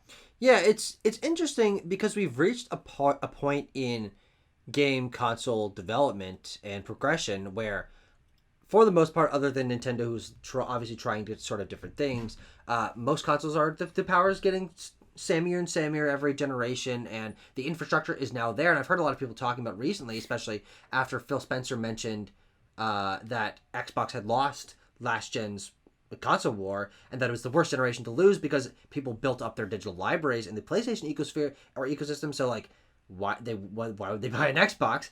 And I've been thinking about that. I'm like, it would be really goddamn nice if we just carried our digital libraries to the future and we didn't have to buy our games again, and this copy of Pikmin 1 and 2 that you bought on your Switch digitally, you can just play on their system 10 years from now, the new one, because you just re-download it. And I think that is probably likely for Xbox and PlayStation, but I think Nintendo is going to find some way to muck it up, to be 100% honest. I think you'll have the same account, but I think at a certain point it's not going to be carrying forward like we want it to. I think Nintendo's gonna fuck it somehow, some way. I don't know how. I mean, do you think it just want to? That's vibes based analysis. I have no. You don't think it'll be backwards compatible then? No. I think the next one probably will, but I think that it won't be carrying forward. Eventually, yes. You're saying. Yeah, I agree because I think eventually they will do something radically different from the Switch again. Yeah. Which would be the key determining factor there. Yeah, I could see that, and especially because half of Nintendo's lineup every year is ports and remasters and remakes, which makes me very happy because it gives me a chance to either replay a game or play something I never got around to in a new light. Mario RPG, shout out. So I'm personally okay with it. And also, if it's a port I've already played, gives me just a gap so I can play other stuff. If they do what PlayStation and Xbox are doing, where everything just carries forward for eternity, they're going to run out of games to remake and remaster. Sure. They already arguably maybe are to some people. Fucking Dark Moon. Who asked for that? So that is true. That is like, come on. There's better 3DS games that do than that. Yeah. Even my disdain for Dark Moon aside, but yeah, it's exciting to know just weird to see people acting like it was news when it definitely was already confirmed a couple years ago. I think in 2021 is when it happened. Now, I don't know if you've been following this, Tucker. I've been keeping a loose pulse on it because I think it's very interesting. Whenever I go on Twitter, it's in the top of the feed because everybody's tweeting about it. In fact, I think it's happening right now, so there might be even more information regarding the entire deal. But there's a court hearing right now for Xbox and Activision and Sony. Basically, the FTC blocked the deal. They're having this court hearing to just kind of suss out what's going on, get all the information out there about Microsoft's acquisition of Activision. We got two interesting pieces of information here. The smaller one, which we'll get to first here, is that Bobby Kotick, the CEO of Activision, just straight up said he regrets not bringing Call of Duty to Switch, which I think is very interesting and makes a lot of sense. It reminds me, I imagine Take-Two and Rockstar probably feel similarly about GTA 5.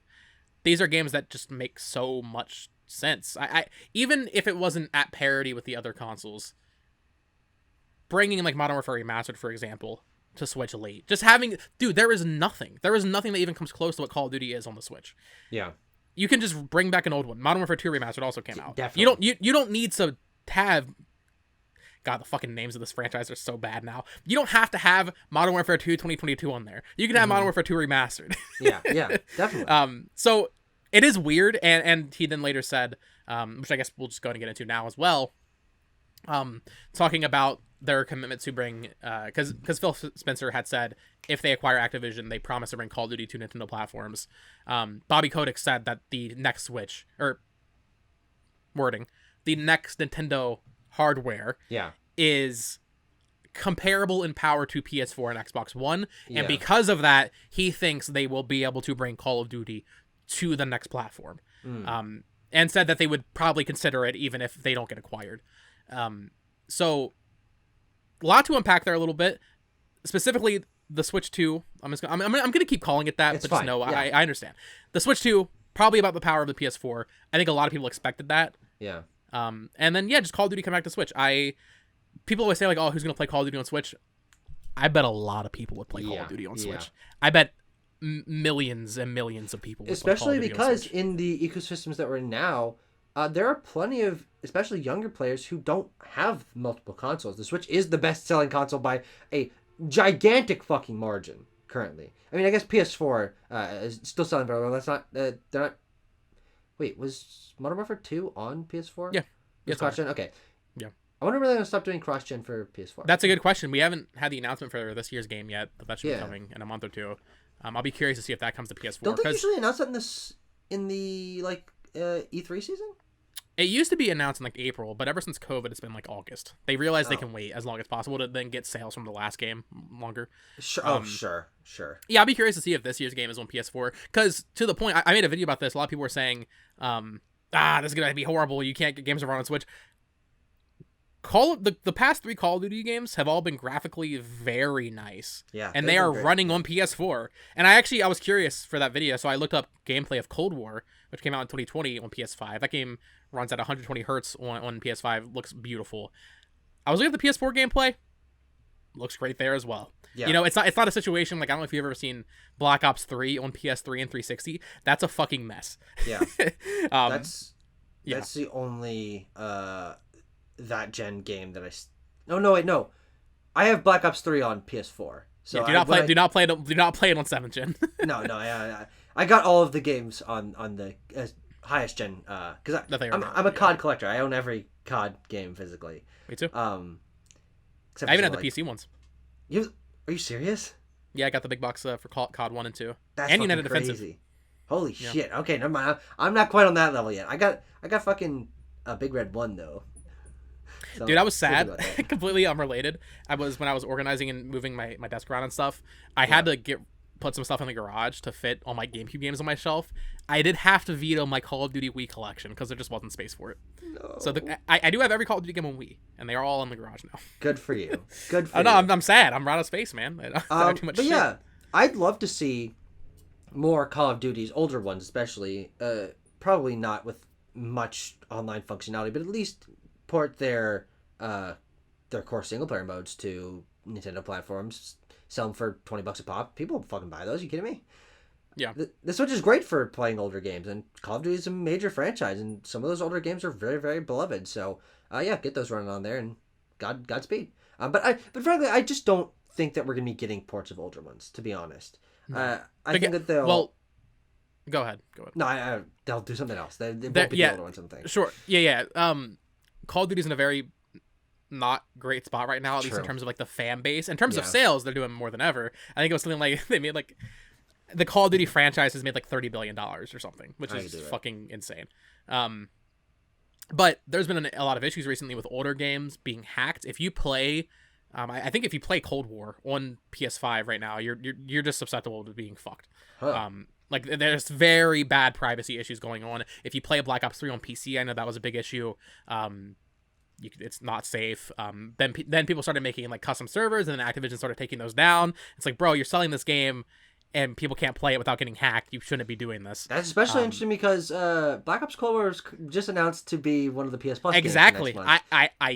I was looking at that. I was like, did they fix it? Maybe they fixed it by now. Hopefully they'll fix it if they haven't. But yeah, just not in a great spot. So, but to the point though, like that you said, they don't really bring back older games. Yeah. Because they want you to play the new Modern game. Warfare 1 and 2 are the only ones that they've ever brought back. Yeah, and Modern Warfare 2, they didn't even do the multiplayer. Gotcha. Which was stupid. Because they want you to play the new one. They want you to spend money on the new one. They want you to buy the battle pass and the loot boxes. Because there's not as much monetization in Modern Warfare 2 original. Right. Well, now there is. They did add loot boxes to Modern Warfare Remastered because that did have the multiplayer. Oh, and they added new guns and stuff, and people weren't happy about that either. Dream for me would be just bring back Black Ops 2 and don't fuck with it. Mm-hmm. They'll never do that, or they would fuck with it. So there's no winning that. Exactly. So I'll be curious to see. With Modern Warfare, they would fuck with Black Ops. Yeah.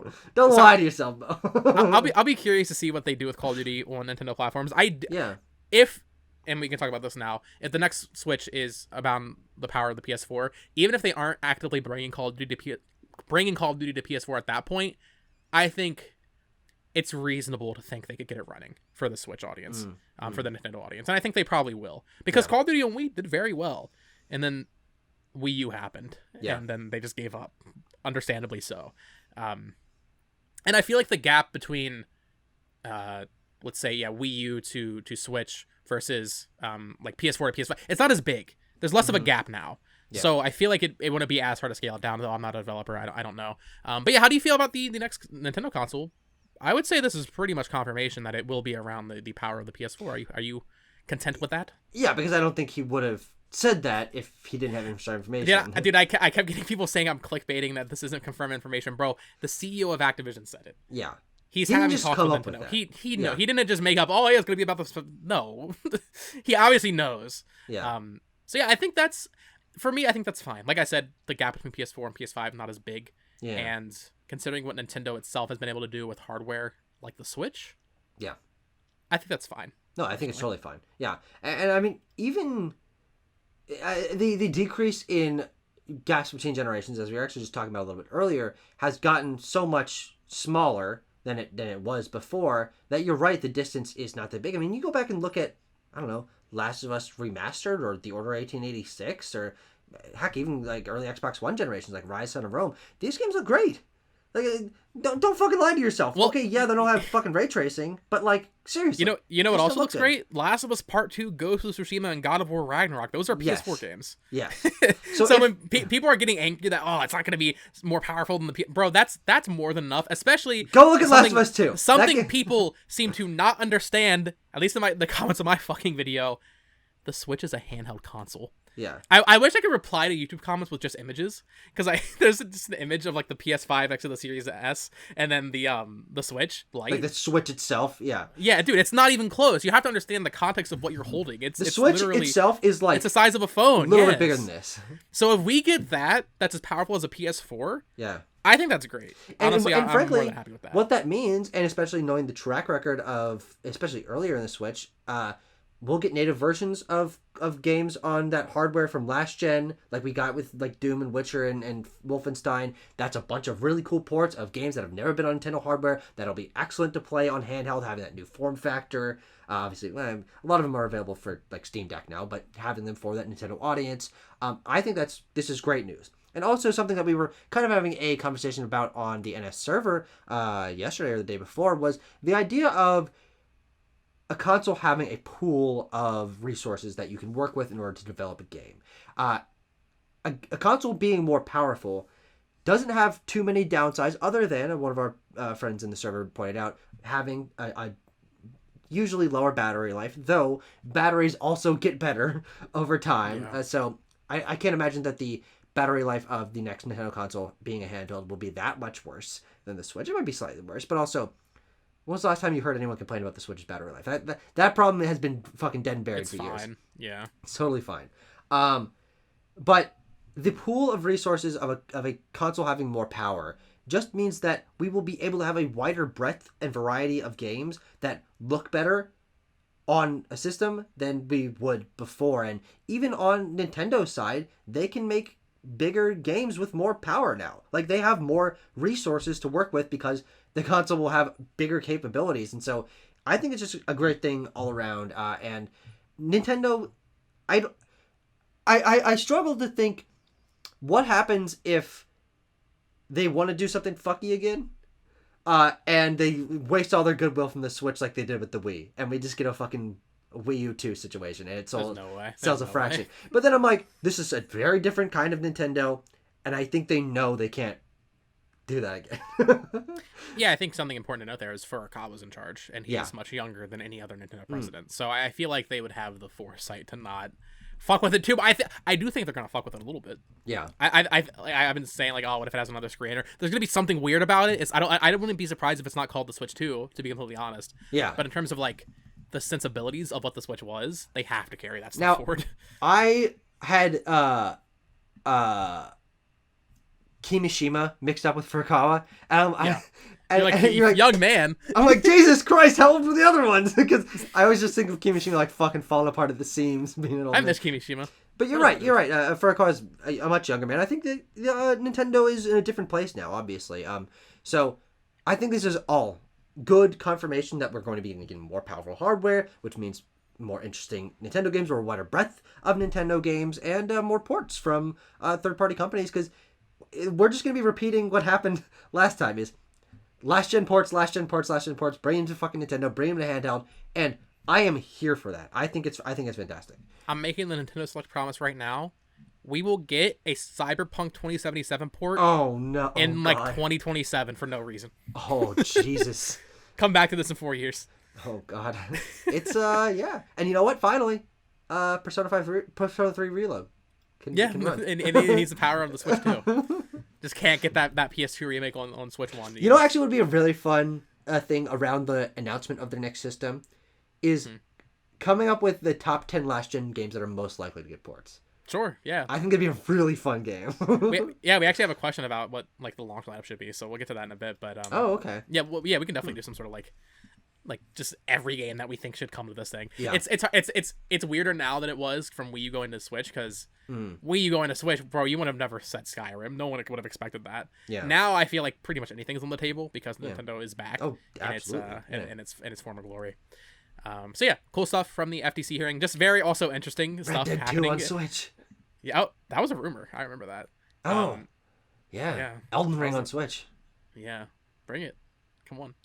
Give us Dark Souls 2 and 3. I don't know why that never happened. Bloodborne. Yeah. Sony getting in there. You know what's a great poll? It's it's insane this didn't happen. GTA 5 on Switch. That's what I'm saying. Yeah, I genuinely mentioned that. I don't know how that game never came to Switch. Yeah. Sorry. I'm looking at a list of PS4 games. I'm like, oh, there's so many crazy games. It'll be so much fun to have in a handle factor. Holy shit. Yep. No, but this FTC hearing has been hilarious. I don't know if you've been like just getting an insight into the industry, reading emails from Phil Spencer. Yeah. Also, listen, I definitely play my PlayStation more than my Series X, which I just got. I definitely align myself more with like PlayStation's like ecosystem and all that. Yeah. Just the difference in professionalism in the way like Phil Spencer and Matt Booty type versus Jim Ryan. Bro, they type like I type. Yeah. There were like I'm pretty sure it was Jim Ryan. This motherfucker types in lowercase in like a business email. What the fuck? Very weird. Very weird stuff. Also, Sony like redacting information and not redacting it properly. You can like read it through the Sharpie. So funny. Very interesting stuff if you like the gaming industry. This is an iconic moment in games history. Oh, definitely. We've never had an inside look like this. Yeah. And everyone's fucking dirty laundry is getting aired. We're getting EA stuff, we're getting Bethesda stuff, we're getting Xbox, we're getting PlayStation, it's Activision. It's fucking, we're going everywhere here, boys. Yeah. Nintendo is just sitting in their own bubble. They're safe. It's interesting, especially from Xbox, is it's mostly their stuff coming out. Dude, we got a list of everybody they tried to acquire, of all the companies and all the developers. They tried to acquire SEGA. They like actively tried to. They got approval from can't remember the CEO of Microsoft currently. They got approval from Microsoft as a whole to approach Square Enix. Jesus. Just fucking everybody. Playdead was one there. Yeah. IO Interactive. Platonic was on there. Just Platonic's very interesting. Basically everybody. Most of Platonic is ex-Rare devs. So that would have been a hilarious full circle Get them to do full Banjo. circle. Yeah. Also, happy birthday to Banjo. Oh yeah, 25 years old. 25th anniversary. He can rent a car now. It's a great point. Abram tweeted that out. Yeah. Yep. We did get a little announcement here. It's always funny whenever I have a new Tucker DM on what day was this? I don't even know what day this was. Whenever I have a new Tucker DM, I'm like, oh, is this going to be Switch Online games? And it usually is. Yeah. Because they happen just so frequently, Tucker. Just every week there's just new Switch Online games. Yeah. We got four new SEGA Genesis games added to Switch Online, available now. We got, what are they here? We got Revenge of Shinobi, Ghouls and Ghosts, Landstalker, and Crusader of Sinti. I did not grow up with Genesis. I don't know anything about any of these games. Is that the same? Is Ghouls and Ghosts on Genesis? Well, that's Ghosts and Goblins on NES, huh? What is this? I think they would be the same franchise. No, they are the same franchise, but is it was it a sequel? It's got game? I have no goddamn clue. I'm making you do the research. Do you want me to look it up? I'll fucking look it up. Look up Ghouls and Ghosts. It actually looks like the same game with better graphics, but I don't know if it's. Oh, it has a 2-player. Ghouls and Ghosts. It is a sequel to Ghosts and Goblins, the second game in the Ghosts and Goblins series, which has a lot of fucking games. Jesus. Yes. Ghosts and Goblins, Ghouls and Ghosts, Gargoyle's Quest, which is on Game Boy Online. Yeah. Super Ghouls and Ghosts, which is on Super Nintendo Online. Gargoyle's Quest 2, NES game. That's not on anything. Demon's Crest. What the hell? I think that's on. That's SNES. Yeah, but I think that's also on SNES Online. Am I wrong about that? I believe it. That sounds about right. A Wonder Swan game. Oh wow, Capcom going crazy with that. Whoa, PS2 action game called Maximo versus Army of Zin. What the hell is this? What? Ghosts to Glory? Ghosts to Glory? I don't know. Maximo Ghosts to Glory. This has. Oh god, I'm gonna show you this box art. Holy shit, it's crazy. You post in the chat. What the fuck? Weird. Okay, thanks Capcom. Interesting. Yeah. Oh god, you know what I really don't like? The art style of Ghosts and Goblins Resurrection came out a couple years ago. I think that game looks like fucking piss. I agree, but apparently that actually was a pretty good remake. It might be, but I think it looks. I'm looking at the gameplay of this Crusader of Senti game. Looks very Link to the Past. This is just the Genesis Zelda game, which actually. A couple of my friends were talking about it on the Backlog Banter server. It's apparently just like a 3-hour sort of Zelda-like. So. 3 hour? Yeah, that's what someone said. I do. Bo, man after my own heart. I hear that, I'm like, you fucking 3 hour, let's fucking go. Sonic the Hedgehog episode 4, I might have to go play it right now. I mean, cool list. More Switch Online games. We've been, I think it's probably like the 6th update since we started this podcast, so they're keeping it coming. It is funny though, because like, we did the research specifically for Genesis. Yeah. Before we started this podcast, they had updated it like once, and now they've updated it like 3 times in the past like 2 months. So I don't know what's going on. They're pacing. Just got Flicky. Weird. Yeah, Flicky. Blicky? What's Blicky? Oh, Blicky's a Pac-Man ghost. Blinky. Blinky. What the fuck is Blicky? Blicky? How do you think it's spelled? Blicky? Bickly? Blicky? Blicky got the sticky eye? I have no fucking clue what you're talking about. I have no idea. I'm probably just thinking of Blink. All right. Finally, the story. We have our U.S. MPD, now known as Circana, results for May 2023. We don't need to get into all of it, but highlights include Pokemon Go has moved back into the top 10 games by consumer spending in May. Really? Interesting. Also bizarre because as of today, Niantic laid off 230 of their developers. Yeah, and I shut saw down that. Development of their Marvel game. And their NBA game. Is it crazy. NBA? Yeah. Sounds so like Niantic, I'm assuming they're gonna. before we get more into Circana and Niantic, very weird. I always viewed them and what they were doing as kind of like Telltale, where they were just doing way too much of the same exact shit. Bro, no one has time for Harry Potter, Pokemon Go, NBA All World. Like, there's too much. You just need it. Pikmin Bloom, yeah. Just focus on Pokemon Go and Pikmin Bloom, because Nintendo, I'm sure, is helping with that some. Maybe do like one more, and then that's it. There's new Pikmin Bloom content today, Bo. Yeah, it's great. Oh God. Yeah. So yeah, Pokemon Go moving back up there. Tears of the Kingdom, of course, best-selling game of May 2023 without digital data. So we'll know what that actual number is probably in a month or so.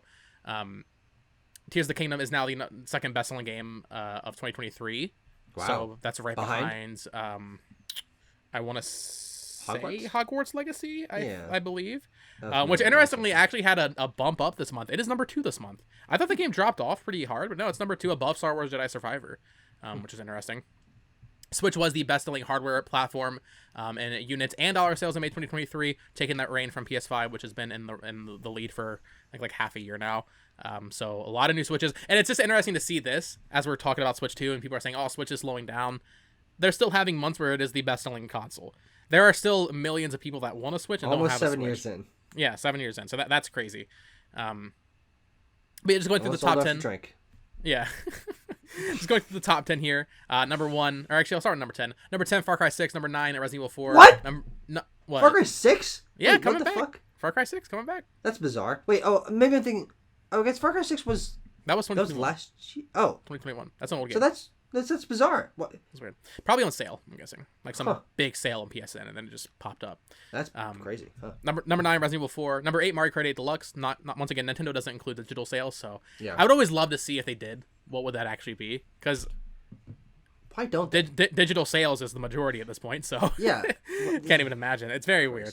Number 7, FIFA 23. Number 6, MLB The Show. 5, Call of Duty. 4, Dead Island 2. 3, Star Wars. 2, Hogwarts, and then number 1, Tears of the Kingdom. So definitely a good month for Nintendo.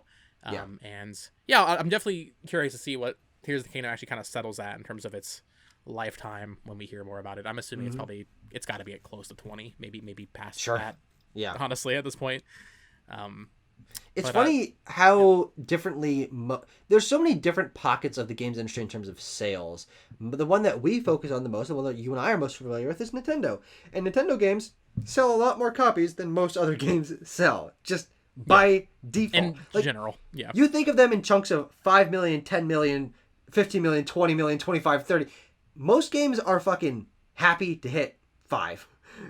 And Nintendo games, like, even the worst ones, like, oh man, it's only sold 3 million copies. It's like, that's still a lot of goddamn games. But then, of course, there are plenty of the biggest third-party games that do compete on that same level with Nintendo. But most of the games industry is, like, in that, 2 to 5 to 6 million area. But Nintendo's just like, oh, yeah, Tears of the Kingdom sold 10 million copies in 3 days. And you're like, huh? Yeah. You're right. It is very interesting, especially for those like lower tier franchises for Nintendo. I'm thinking Pikmin, Fire Emblem, Xenoblade, Metroid. These games all sell like Kirby, like 3 to 5 million. Bro, I think a game like Control maybe sold 2.5. Like, and these are games that are getting sequels, very well received. The developers are very happy with how they sold. But then you do have companies like Square Enix complaining when like Tomb Raider back in the day only sold like 5 million or something. It's like, shut the fuck up. What's going on?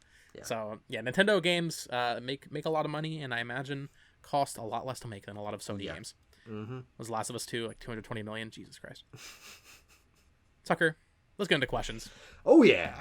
We have a lot of questions here. I do want to reflect a little bit on that Nintendo Direct, though. So starting with that, we had a comment on my YouTube community post from let's just say Poland IECJ.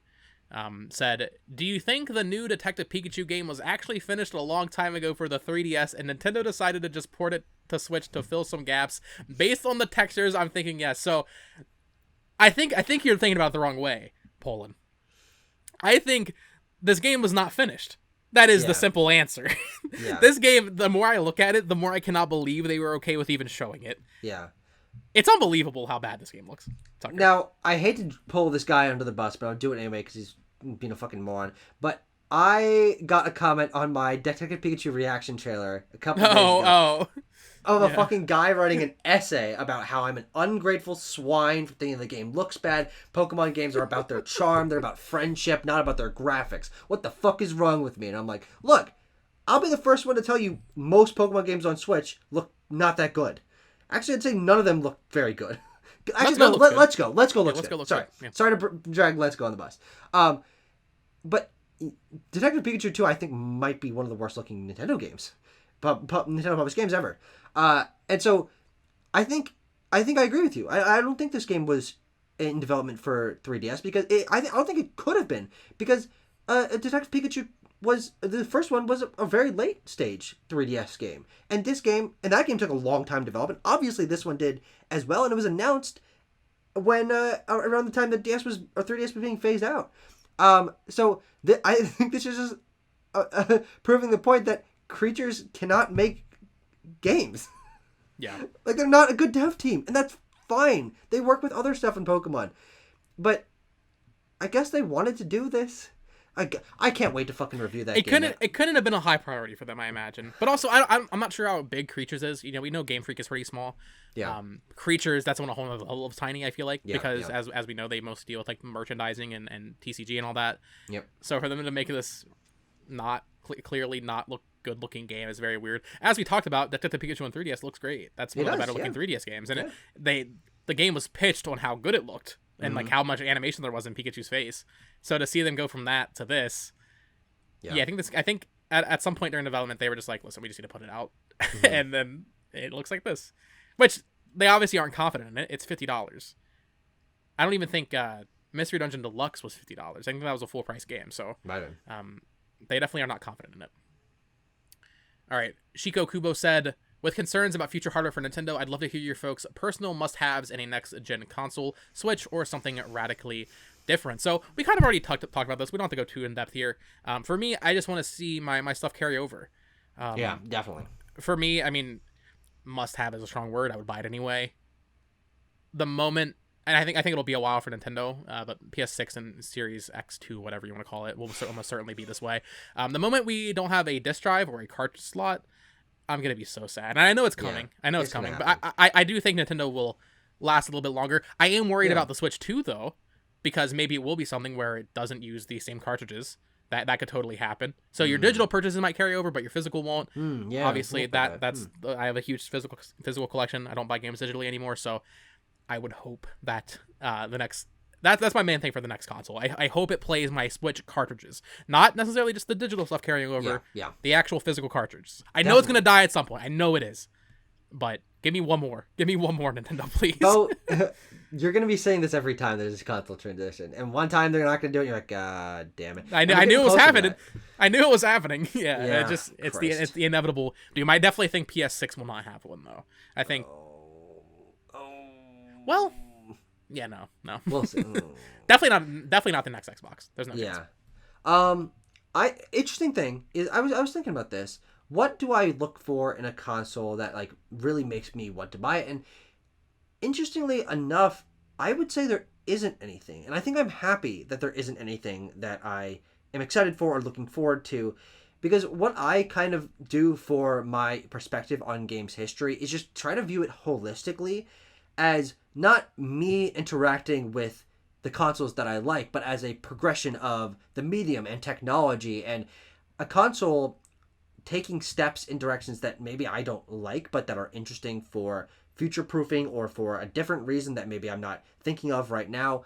I kind of like to just give it a bird's eye view, and whatever happens, I'm a very big video game player, and I will be purchasing all of the next consoles. So for that level, it's like, whatever happens, happens. It could be bad, it could be good, but it's going to be interesting no matter what, because there's never been a boring console generation. It always has something interesting about it, and I just like following, especially Nintendo, because Nintendo is the one that's mixing shit up and trying different things. And so I kind of hope that the next system is not a Switch 2, but is a system that hopefully, ideally, yes, would be backwards compatible and keeps my library going forward, because I've got so many goddamn Switch games. But I'd kind of like it to be in a middle ground, ideally, between trying something new and doing the same. I agree. Which I guess was kind of what the Wii U did, to be honest. Like, I kind of just described what the Wii U did, but true. I think Nintendo is at their most interesting when they're trying something unique, and the Switch definitely is that. But I'll be just as happy if we just get a more powerful Switch. Yeah. No bones about it. Like, it'll just be one of my favorite consoles of all time. Oh, no big deal. So whatever. I'm excited for no matter what happens next. I don't have any clear, specific hopes for it. Sure. Yeah, I mean, I'm the same way. No matter what, I'll buy it. But dude, if it will be backwards compatible, I really don't have any doubts about that. But there's that 1% of me that is terrified because, and we talked about how we need to go back and like do review each year of the Switch. Yeah. The Switch's library is unlike any other console. It is the ultimate Nintendo console. You could argue Wii U modded is because you can get fucking everything on there except for 3DS. But and Switch in terms of and Switch games, but in terms of like first party Nintendo games that have like a physical release and everything, it cannot be topped. So that's definitely a big thing for me. And I really don't think it will just be a more powerful Switch. I do think they will do something. I've been tossing around the idea of a second screen again. I don't know, but just something. I think there will be something that is Nintendo about it. Yeah. Because it would be very un-Nintendo to just release a more powerful console. Even the GameCube had the fucking weird little discs. You know, there's always something. And a handle. Fucking handle. Yeah. But speaking more about the Switch 2, Alicia tried in the server said, what do you think the launch lineup for the Switch 2 will be? They also had a second part of that question, but we'll get to that in a little bit. I think we've talked about this. Now that we have Super Mario Bros. Wonder coming out in October, I think 3D Mario has to be it. That would line up. Or Mario Kart. I could even see that. Well, what's interesting is I've been thinking about how many franchises they've done on Switch and how many it's been a long time since they've done major iterations of that would feel very good as launch titles. And I'd say the Switch's launch lineup was fine. Its launch year was great. Breath of the Wild, obviously, being something that brings it in. But I would really like to see a pair of killer launch lineup apps. I don't know if it's possible. It's not going to happen. But my dream is 3D Mario and another new IP. Yeah. Well, I was gonna say that you're not gonna get Metroid Prime 4 and 3D Mario on the same day. They would never do that. However, new IP leads us to like a Nintendo Land type of thing. That could totally happen. Sure. Yeah. If it's substantial though. I mean, I don't think Nintendo Land was a killer app, and frankly, I don't think almost any of their party game or more casual stuff has been since Wii Sports. But if they really put some focus on it and say, no, you're really going to want to get this and it's going to show what the console can do and it's going to be forward-thinking and unique in a different way, then I can see it competing with that. But 2 Nintendo IP games, I think it can happen. I mean, most consoles release with 2 or 3 games from their core publisher that give that start, immediately having a relatively diverse library from their publishers. And even looking back, Nintendo consoles have not had great launch lineups in general, but even something like Super Nintendo launching with Pilot Wings and Mario World, that's 2 big Nintendo games that launched side by side. The NES had plenty in its launch lineup. So many Nintendo games. So it is. I think it is possible, especially considering how long it's been since we've seen some of these series. Yeah, definitely. I'll be curious to see. I do wonder if it'll be 3D Mario, Mario Kart. I was on the ARMS 2 train for so long because that's the same team, and then that just never happened. No. So I wonder what that team was doing in between ARMS and now this Mario Kart 8 Deluxe DLC, because there's no way that's all they were working on. So I do almost wonder, is Mario Kart 9 just sitting in there? Are they just like obviously not done, but like I imagine they probably are making it alongside this DLC. Yeah. So absolutely one, they are. Yeah, absolutely. Year 1 of Switch 2, I think is more interesting as a whole because I mean we're back to square one where it could literally be fucking anything. Smash Bros, Animal Crossing. It's gonna be very interesting to talk about. Jesus Christ, Bo! I can't fucking wait, man. I can't fucking wait. Oh my god. Oh, Jesus. But they had a second part to their question, and then I have another comment to read here. They said, do you think Prime 4 is going to be a cross-gen like a lot of people think? And then Nintendo wrote in with just a comment saying Prime 4 isn't coming for another year and a half. Nintendo will never announce a system and announce a game is being developed before it's actually being developed ever again. I bet they wish they never mentioned the damn game because it ain't coming anytime soon. 2025 at the minimum. I don't know if I'd go that far, 2025, although it's possible. We really have no information whether to suggest it's 2024, 2023, we have no idea. Yeah. I talked about this with Andres on his podcast, which I did live. I don't think people have this idea that Nintendo is going to do all these cross-gen games. Oh, Tears of the Kingdom is going to get a 4K patch. Mario Bros. Wonder is going to get a... Nintendo doesn't fucking do that. They've never done that. Yeah. There's nothing to suggest they will do that. I think it's possible Prime 4 releases on Switch and Switch 2. I think that's possible. I don't think it's super likely. You are not getting a Tears of the Kingdom 4K patch. They are not going to go back and update that game. Not for free, certainly. Maybe they'll re-release the game, but in terms of like a update, like just a download, you're not getting that. No, I don't think so. The idea of cross-gen Nintendo games is very interesting because there are very few examples of that happening. It's only Zelda games. Princess it is only Zelda games. And Breath of the Wild. Yeah. And there's probably something else that I'm not remembering. I don't think so. But I find it peculiar. Oh, and hold on. Wario's Woods, right? Or what? Wasn't it one of those fucking puzzle games? I'm not joking. Isn't there one of those fucking like late NES puzzle games? Wario's Woods and also maybe Yoshi. There's some Yoshi. Did Yoshi have a port to Super Nintendo, or like was Super Nintendo know. Native? I don't fucking know. But I was testing my goddamn knowledge. But yeah, I just don't expect any cross-gen games, to be 100% honest. I think that we are in the place where if they want to, some Switch to their next console ports of current gen games, even if they are backwards compatible, is totally possible. I think it's likely, to be honest. Nintendo is in a place now where they're more likely than ever to re-release games that have been more recently released. And also the industry at large is used to doing that. I would say starting with like Last of Us Remastered. I mean, Last of Us Remastered for PS4 came out, what?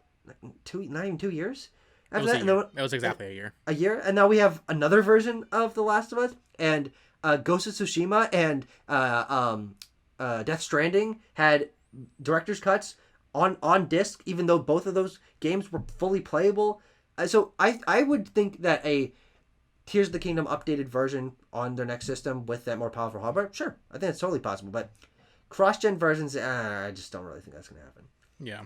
It's not going to be like what's it called, Xbox Play Anywhere, where you put it in and it just updates to that. It's not. They are not. Nintendo's not cool enough to do that. That is actually one of the coolest things. No, it's sick. It's been done. It's funny on PS5 when you have to go in and fucking select the PS5 version. Why would I download the PS4 version?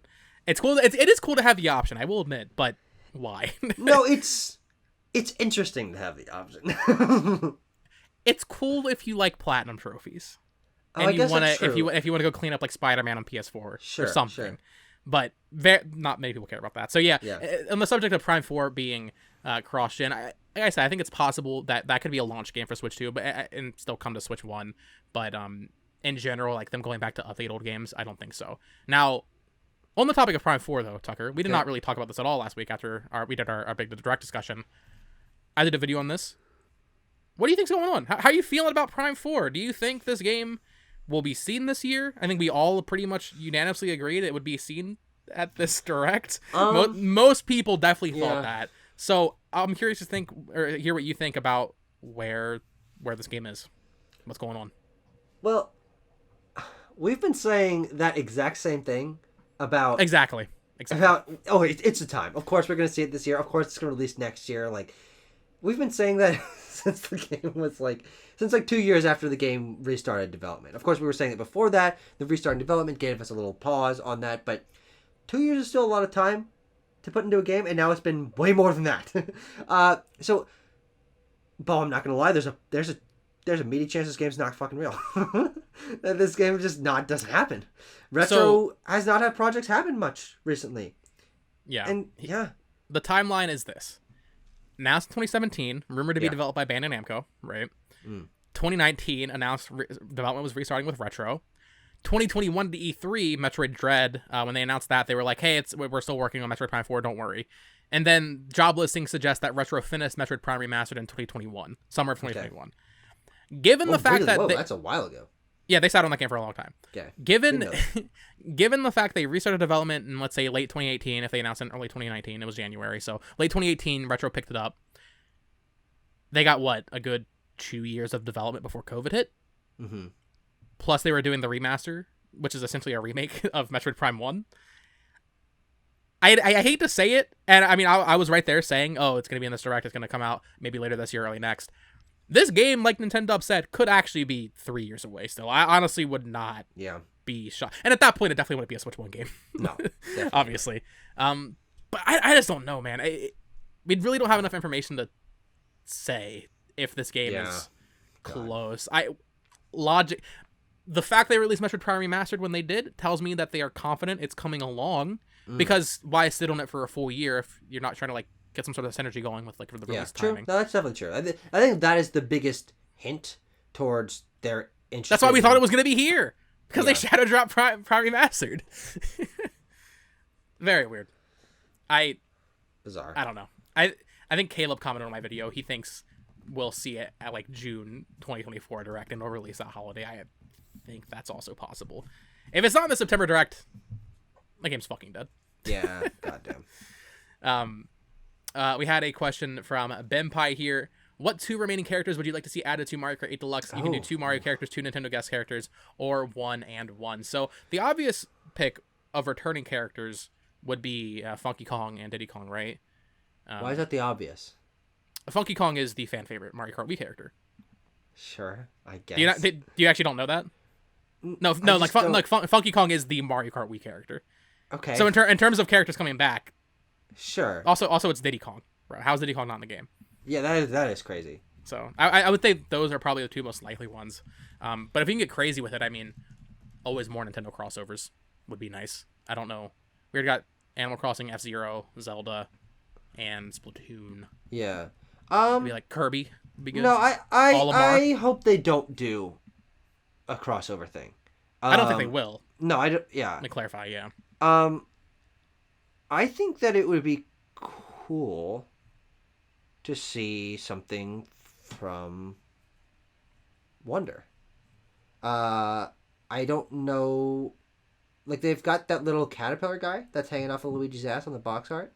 Yeah. That could be a character. He's gripped on. I guess, I mean, that flower, the little flower thing can't drive a car. But I think that's some sort of synergy with Elephant Mario. With Wonder. Bo, that's not a bad idea. That's actually a very good idea. And I'd say that's not unlikely. That'd be really cool. Sure. That'd be really cool. Or they wait till Mario Kart 9 and have a bunch of Wonder stuff in there. But imagine they end Mario Kart 8 Deluxe, one of the biggest games Nintendo's ever done, with Elephant Mario and a Wonder course that shifts the world halfway through and things are going up and down. Ooh. I didn't even thought about that. Mario Bros. Wonder themed tracks. Yeah. Dude. Oh, and those would be so cool. Oh. That could be like what they did with the tour tracks where each lap changes. Yeah, definitely. Because you Bro, that could be the whole that could be a whole mechanic. that could be the mechanic of the game. Yeah, that could be the mechanic of the fucking game. Jesus That's a genius Christ, idea. Man. Yeah, no, that'd be interesting too to do Elephant Mario. It's kind of like they added Luke to Street Fighter V. And they're like, he's the future of Street Fighter, and then he's the cover of that. It could be kind of like the passing the torch to Elephant Mario here. Yeah, that'd be fun. I can't tell if I think I'd rather it be part of the selling point of the next Mario Mario Kart game, rather than the last thing. It'd be cool if they ended it with something kind of unique, but I just expect some kind of normal stuff. Maybe it'd be fun to have I don't know, fucking Pauline, I don't know, Goomba, right? Whatever. Yeah, I mean we've only been getting returning characters. I think Kamek was in Super Mario Kart, I think, so that was the last time he was playable. Kamek was in Tour. I think you're thinking of Koopa Troopa, who was in Super Mario Kart. When they announced Kamek in the thing, it said from Tour. Okay, sure. So if we're just taking characters from previous Mario Kart games, like I said, Funky Kong and Diddy Kong just are obvious. Yeah, and I guess we got PD. Rob would be nice. That would be good. That would be a nice thing to end on. Also, the Bee Queen was in Mario Kart 7. Yeah, or if they wanted to do a little GP action, you could bring fucking little drum guy, the Tekno Tetsujin guy. Oh yeah, Pac-Man. That'd be so weird. Yeah, that'd be bizarre. Put Sonic in there. I But I want it to be Sonic, but he's like leaned back and he like has his feet up and he doesn't have shoes on. He's driving with his feet. You want to see Sonic's feet? Yeah. Have we ever seen Sonic's feet in an actual game? I don't think so. There's a lot of fan art of it. Oh, a lot of it. A lot of it. We would know. Yeah. Oh, yeah. Where else are we going? Christ, we're getting to a point where we're talking about feet. All right, it's time to move on. All right. William McKelvey asked, obviously, I love this question, by the way. Obviously, everyone is looking forward to the new system, but how has this direct made y'all feel about the current gen and all the exciting new games? Personally, I'm still really enjoying the Switch, and to me, the new system will come when it comes, but I'm still enjoying what we have now. I actually talked about this in a video I made, I believe. Everybody's like, oh, we need Switch 2 information. We need to hear this. I enjoy living in the moment. You know, in 2015, 2016, now there was nothing to play on Wii U, so I was very desperate for Switch news and X news. There is so much coming out on Switch this year that I want to play, arguably more than most other years. I'm good, man. I'm eating. We got a new 2D Mario. That's a big deal. Yeah. And all the Mario RPG and, you know, Detective Pikachu. Pikmin 4 coming out in a couple weeks. There's plenty to keep me busy just on Switch, just from first party. Yeah. So, yeah, I mean, Switch, one of my favorite consoles of all time, if not my favorite console of all time. 6.5 years in now, or we're in year 7. There's still just plenty of new stuff to play. I don't think, aside from maybe PS4, we've ever really seen that for any console. Games of the caliber of Mario Bros. Wonder. You know, like in 2020, we were getting Ghost of Tsushima and Last of Us Part 2. Yeah. Certainly never for a Nintendo console. Nintendo consoles always are dead by this point in terms of what they're getting. Except for maybe Game Boy got Pokemon Red and Blue and like.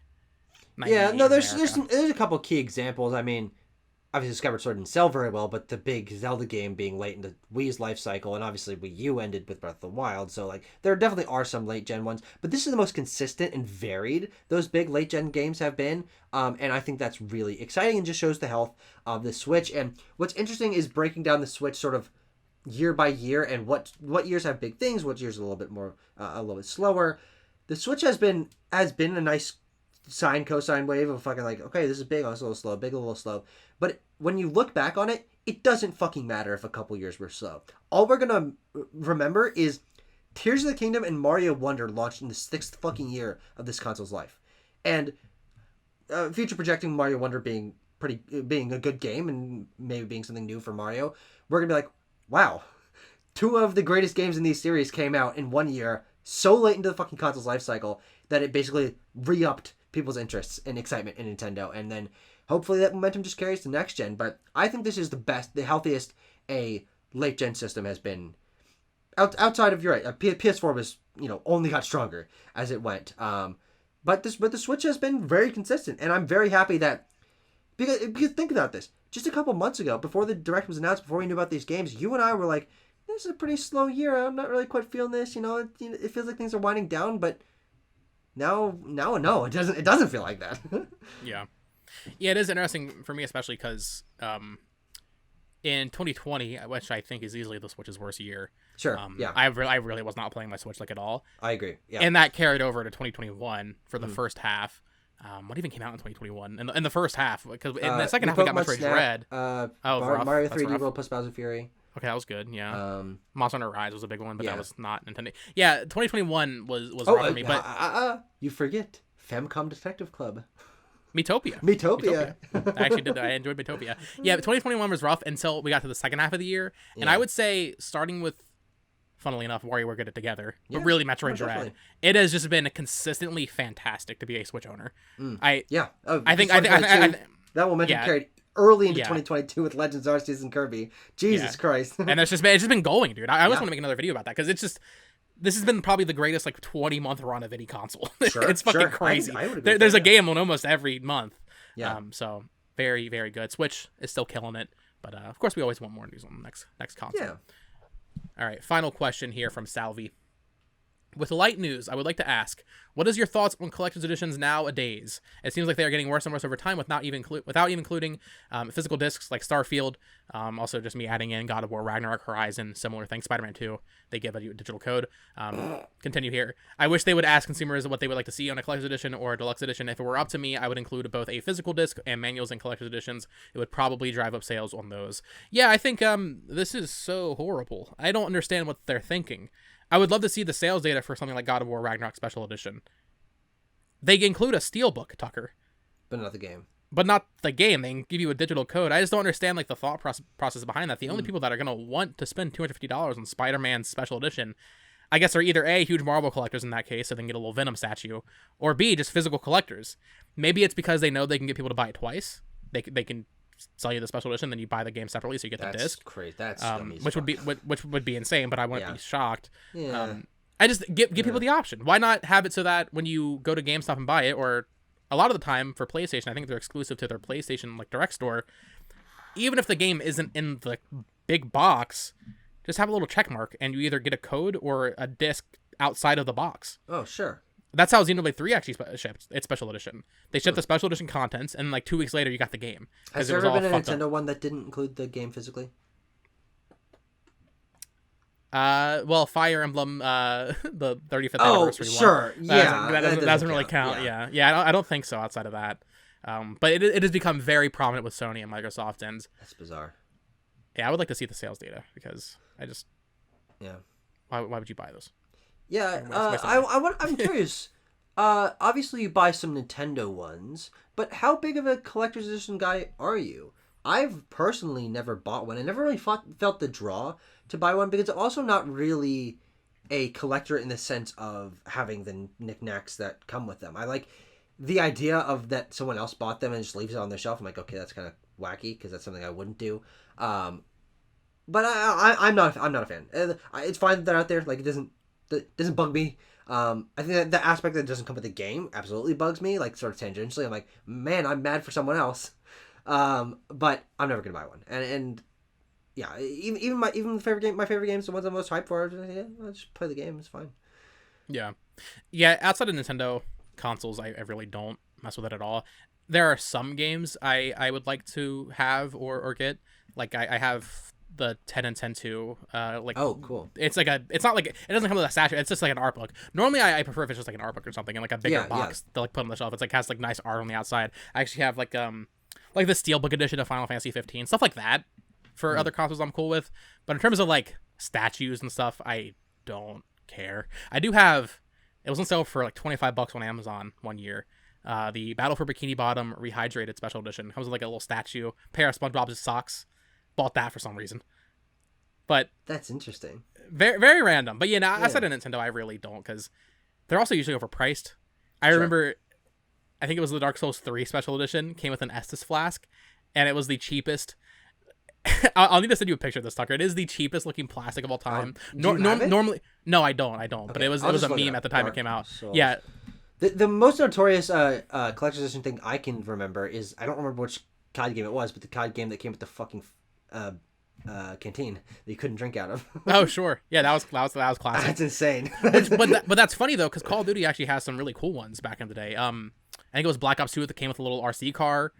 Ghost came with like a camera, like a tactical camera. Modern Warfare 2019 actually came with night vision goggles. Stuff like that's cool. Oh, this is fucking funny. The Estus Holy flask? shit! Dude, it's horrible. My God. Now, similarly, Tucker, look up the Marvel vs. Capcom Infinite. I'm aware of the Easter eggs. I know the fucking. Oh my God! Guys, these are the Infinity Stones. Capcom, we're not that stupid. We're not that dumb. They're just fucking Easter eggs, dude. They painted funny. rocks. Horrible. Oh my God. In general, special editions for like big AAA games usually disappoint. Yeah. I really like the way, I mean, I guess you can't see it in this, but like in my videos, you can see on top of my shelf, I have most of the Switch like first party special editions. I like the format Nintendo has down where you get maybe a CD, but you're always getting that art book, and that's basically it. Yeah. It's like $10 or $15 more. You get the art book with it, because statues, there's too much quality control issue with all the other components. Sure. So yeah, sometimes it's some really nice ones. I know that the Elden Ring one had a big statue of Melania, and it was really fucking nice. So I was like, sometimes you get a great one, and then sometimes. Like, I assume the Venom one is going to be fucking awesome. But sometimes you get Jack Diddley. Yeah.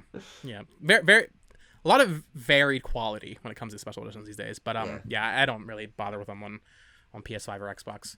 But, Tucker, that is going to do it for this episode of the Nintendo Select podcast. A nice breezy short episode. Yeah. Wait, but hold on. Before we stop. No. Didn't you say you had a funny little segment that you were going to do? That was the Abram question at the top. Oh, that's not a segment. That's just a fucking question. Sure. Oh, motherfucker. I thought you were going to have something special. Dude, I upset you. You're waiting all podcast for that. Yeah. No, but yeah, definitely a shorter episode. That's fine, though. I mean, shorter for us is still 2.5 hours. Yeah. But, yeah, Nintendo, do something next week, please. Well, they're releasing everybody want to Switch, buddy. They're releasing a first-party game. We'll have a lot of more games to talk about next week because I focus on Yakuza this week. Do you have any closing thoughts, Tucker, before we wrap up here? This is the last day of my life before I will have played Everybody Want to Switch, and I just want to know that I will be a changed man. I need to see when, because I pre-ordered it through Nintendo with a new pair of those like Joy-Con. Those That's Joy-Con. Right. So I don't know when that'll ship. It probably won't ship until tomorrow. Fucked up. I hate that. But, I hate pre-ordering a game and not getting it when it comes out. Yeah. A lot of weird shit to play. I can't wait. I'm gonna finish probably Final Fantasy 16. That's gonna be fucking. You probably finish it this week, yeah. Yeah. Hopefully I'll start it. Hopefully I get around to starting. I'm very excited to talk to you about it. I also might just start Kiwami. You bastard! You fucking bastard! No, don't do it. But if you do end up playing Final Fantasy 16, I want you to like share your thoughts with me as you're going through it, because I'm obviously ahead of you, and I think these kind of games, like talking about the characters and the lore and stuff, definitely for me it helps like build my like engagement with the world, because it makes me remember it a little more, have a little community memories. And if you're in the community and you're playing Final Fantasy 16, sure, talk to me about it. Also, if you're in our community, you're playing Everybody Want to Switch, we need you to share your thoughts on the game. If you end up playing it next week, I want to have like an Everybody Want to Switch fucking mega section. That's a great point, Tucker. Join the Discord. I didn't mention it at the top. Get in there. Talk to us about Final Fantasy 16. Talk to us about Everybody Want to Switch. Mm-hmm. Tell us where you're hiding that Joy-Con. Yeah. Send pictures. And of course, subscribe here so you don't miss an episode. Check us out on Spotify, Apple Podcasts, as I mentioned, and write in to we have a channel on Discord to write in questions for next week. So get in there and do that. Until next time, folks. Bye bye. Yeah. Yeah. Good. Happy birthday, Banjo.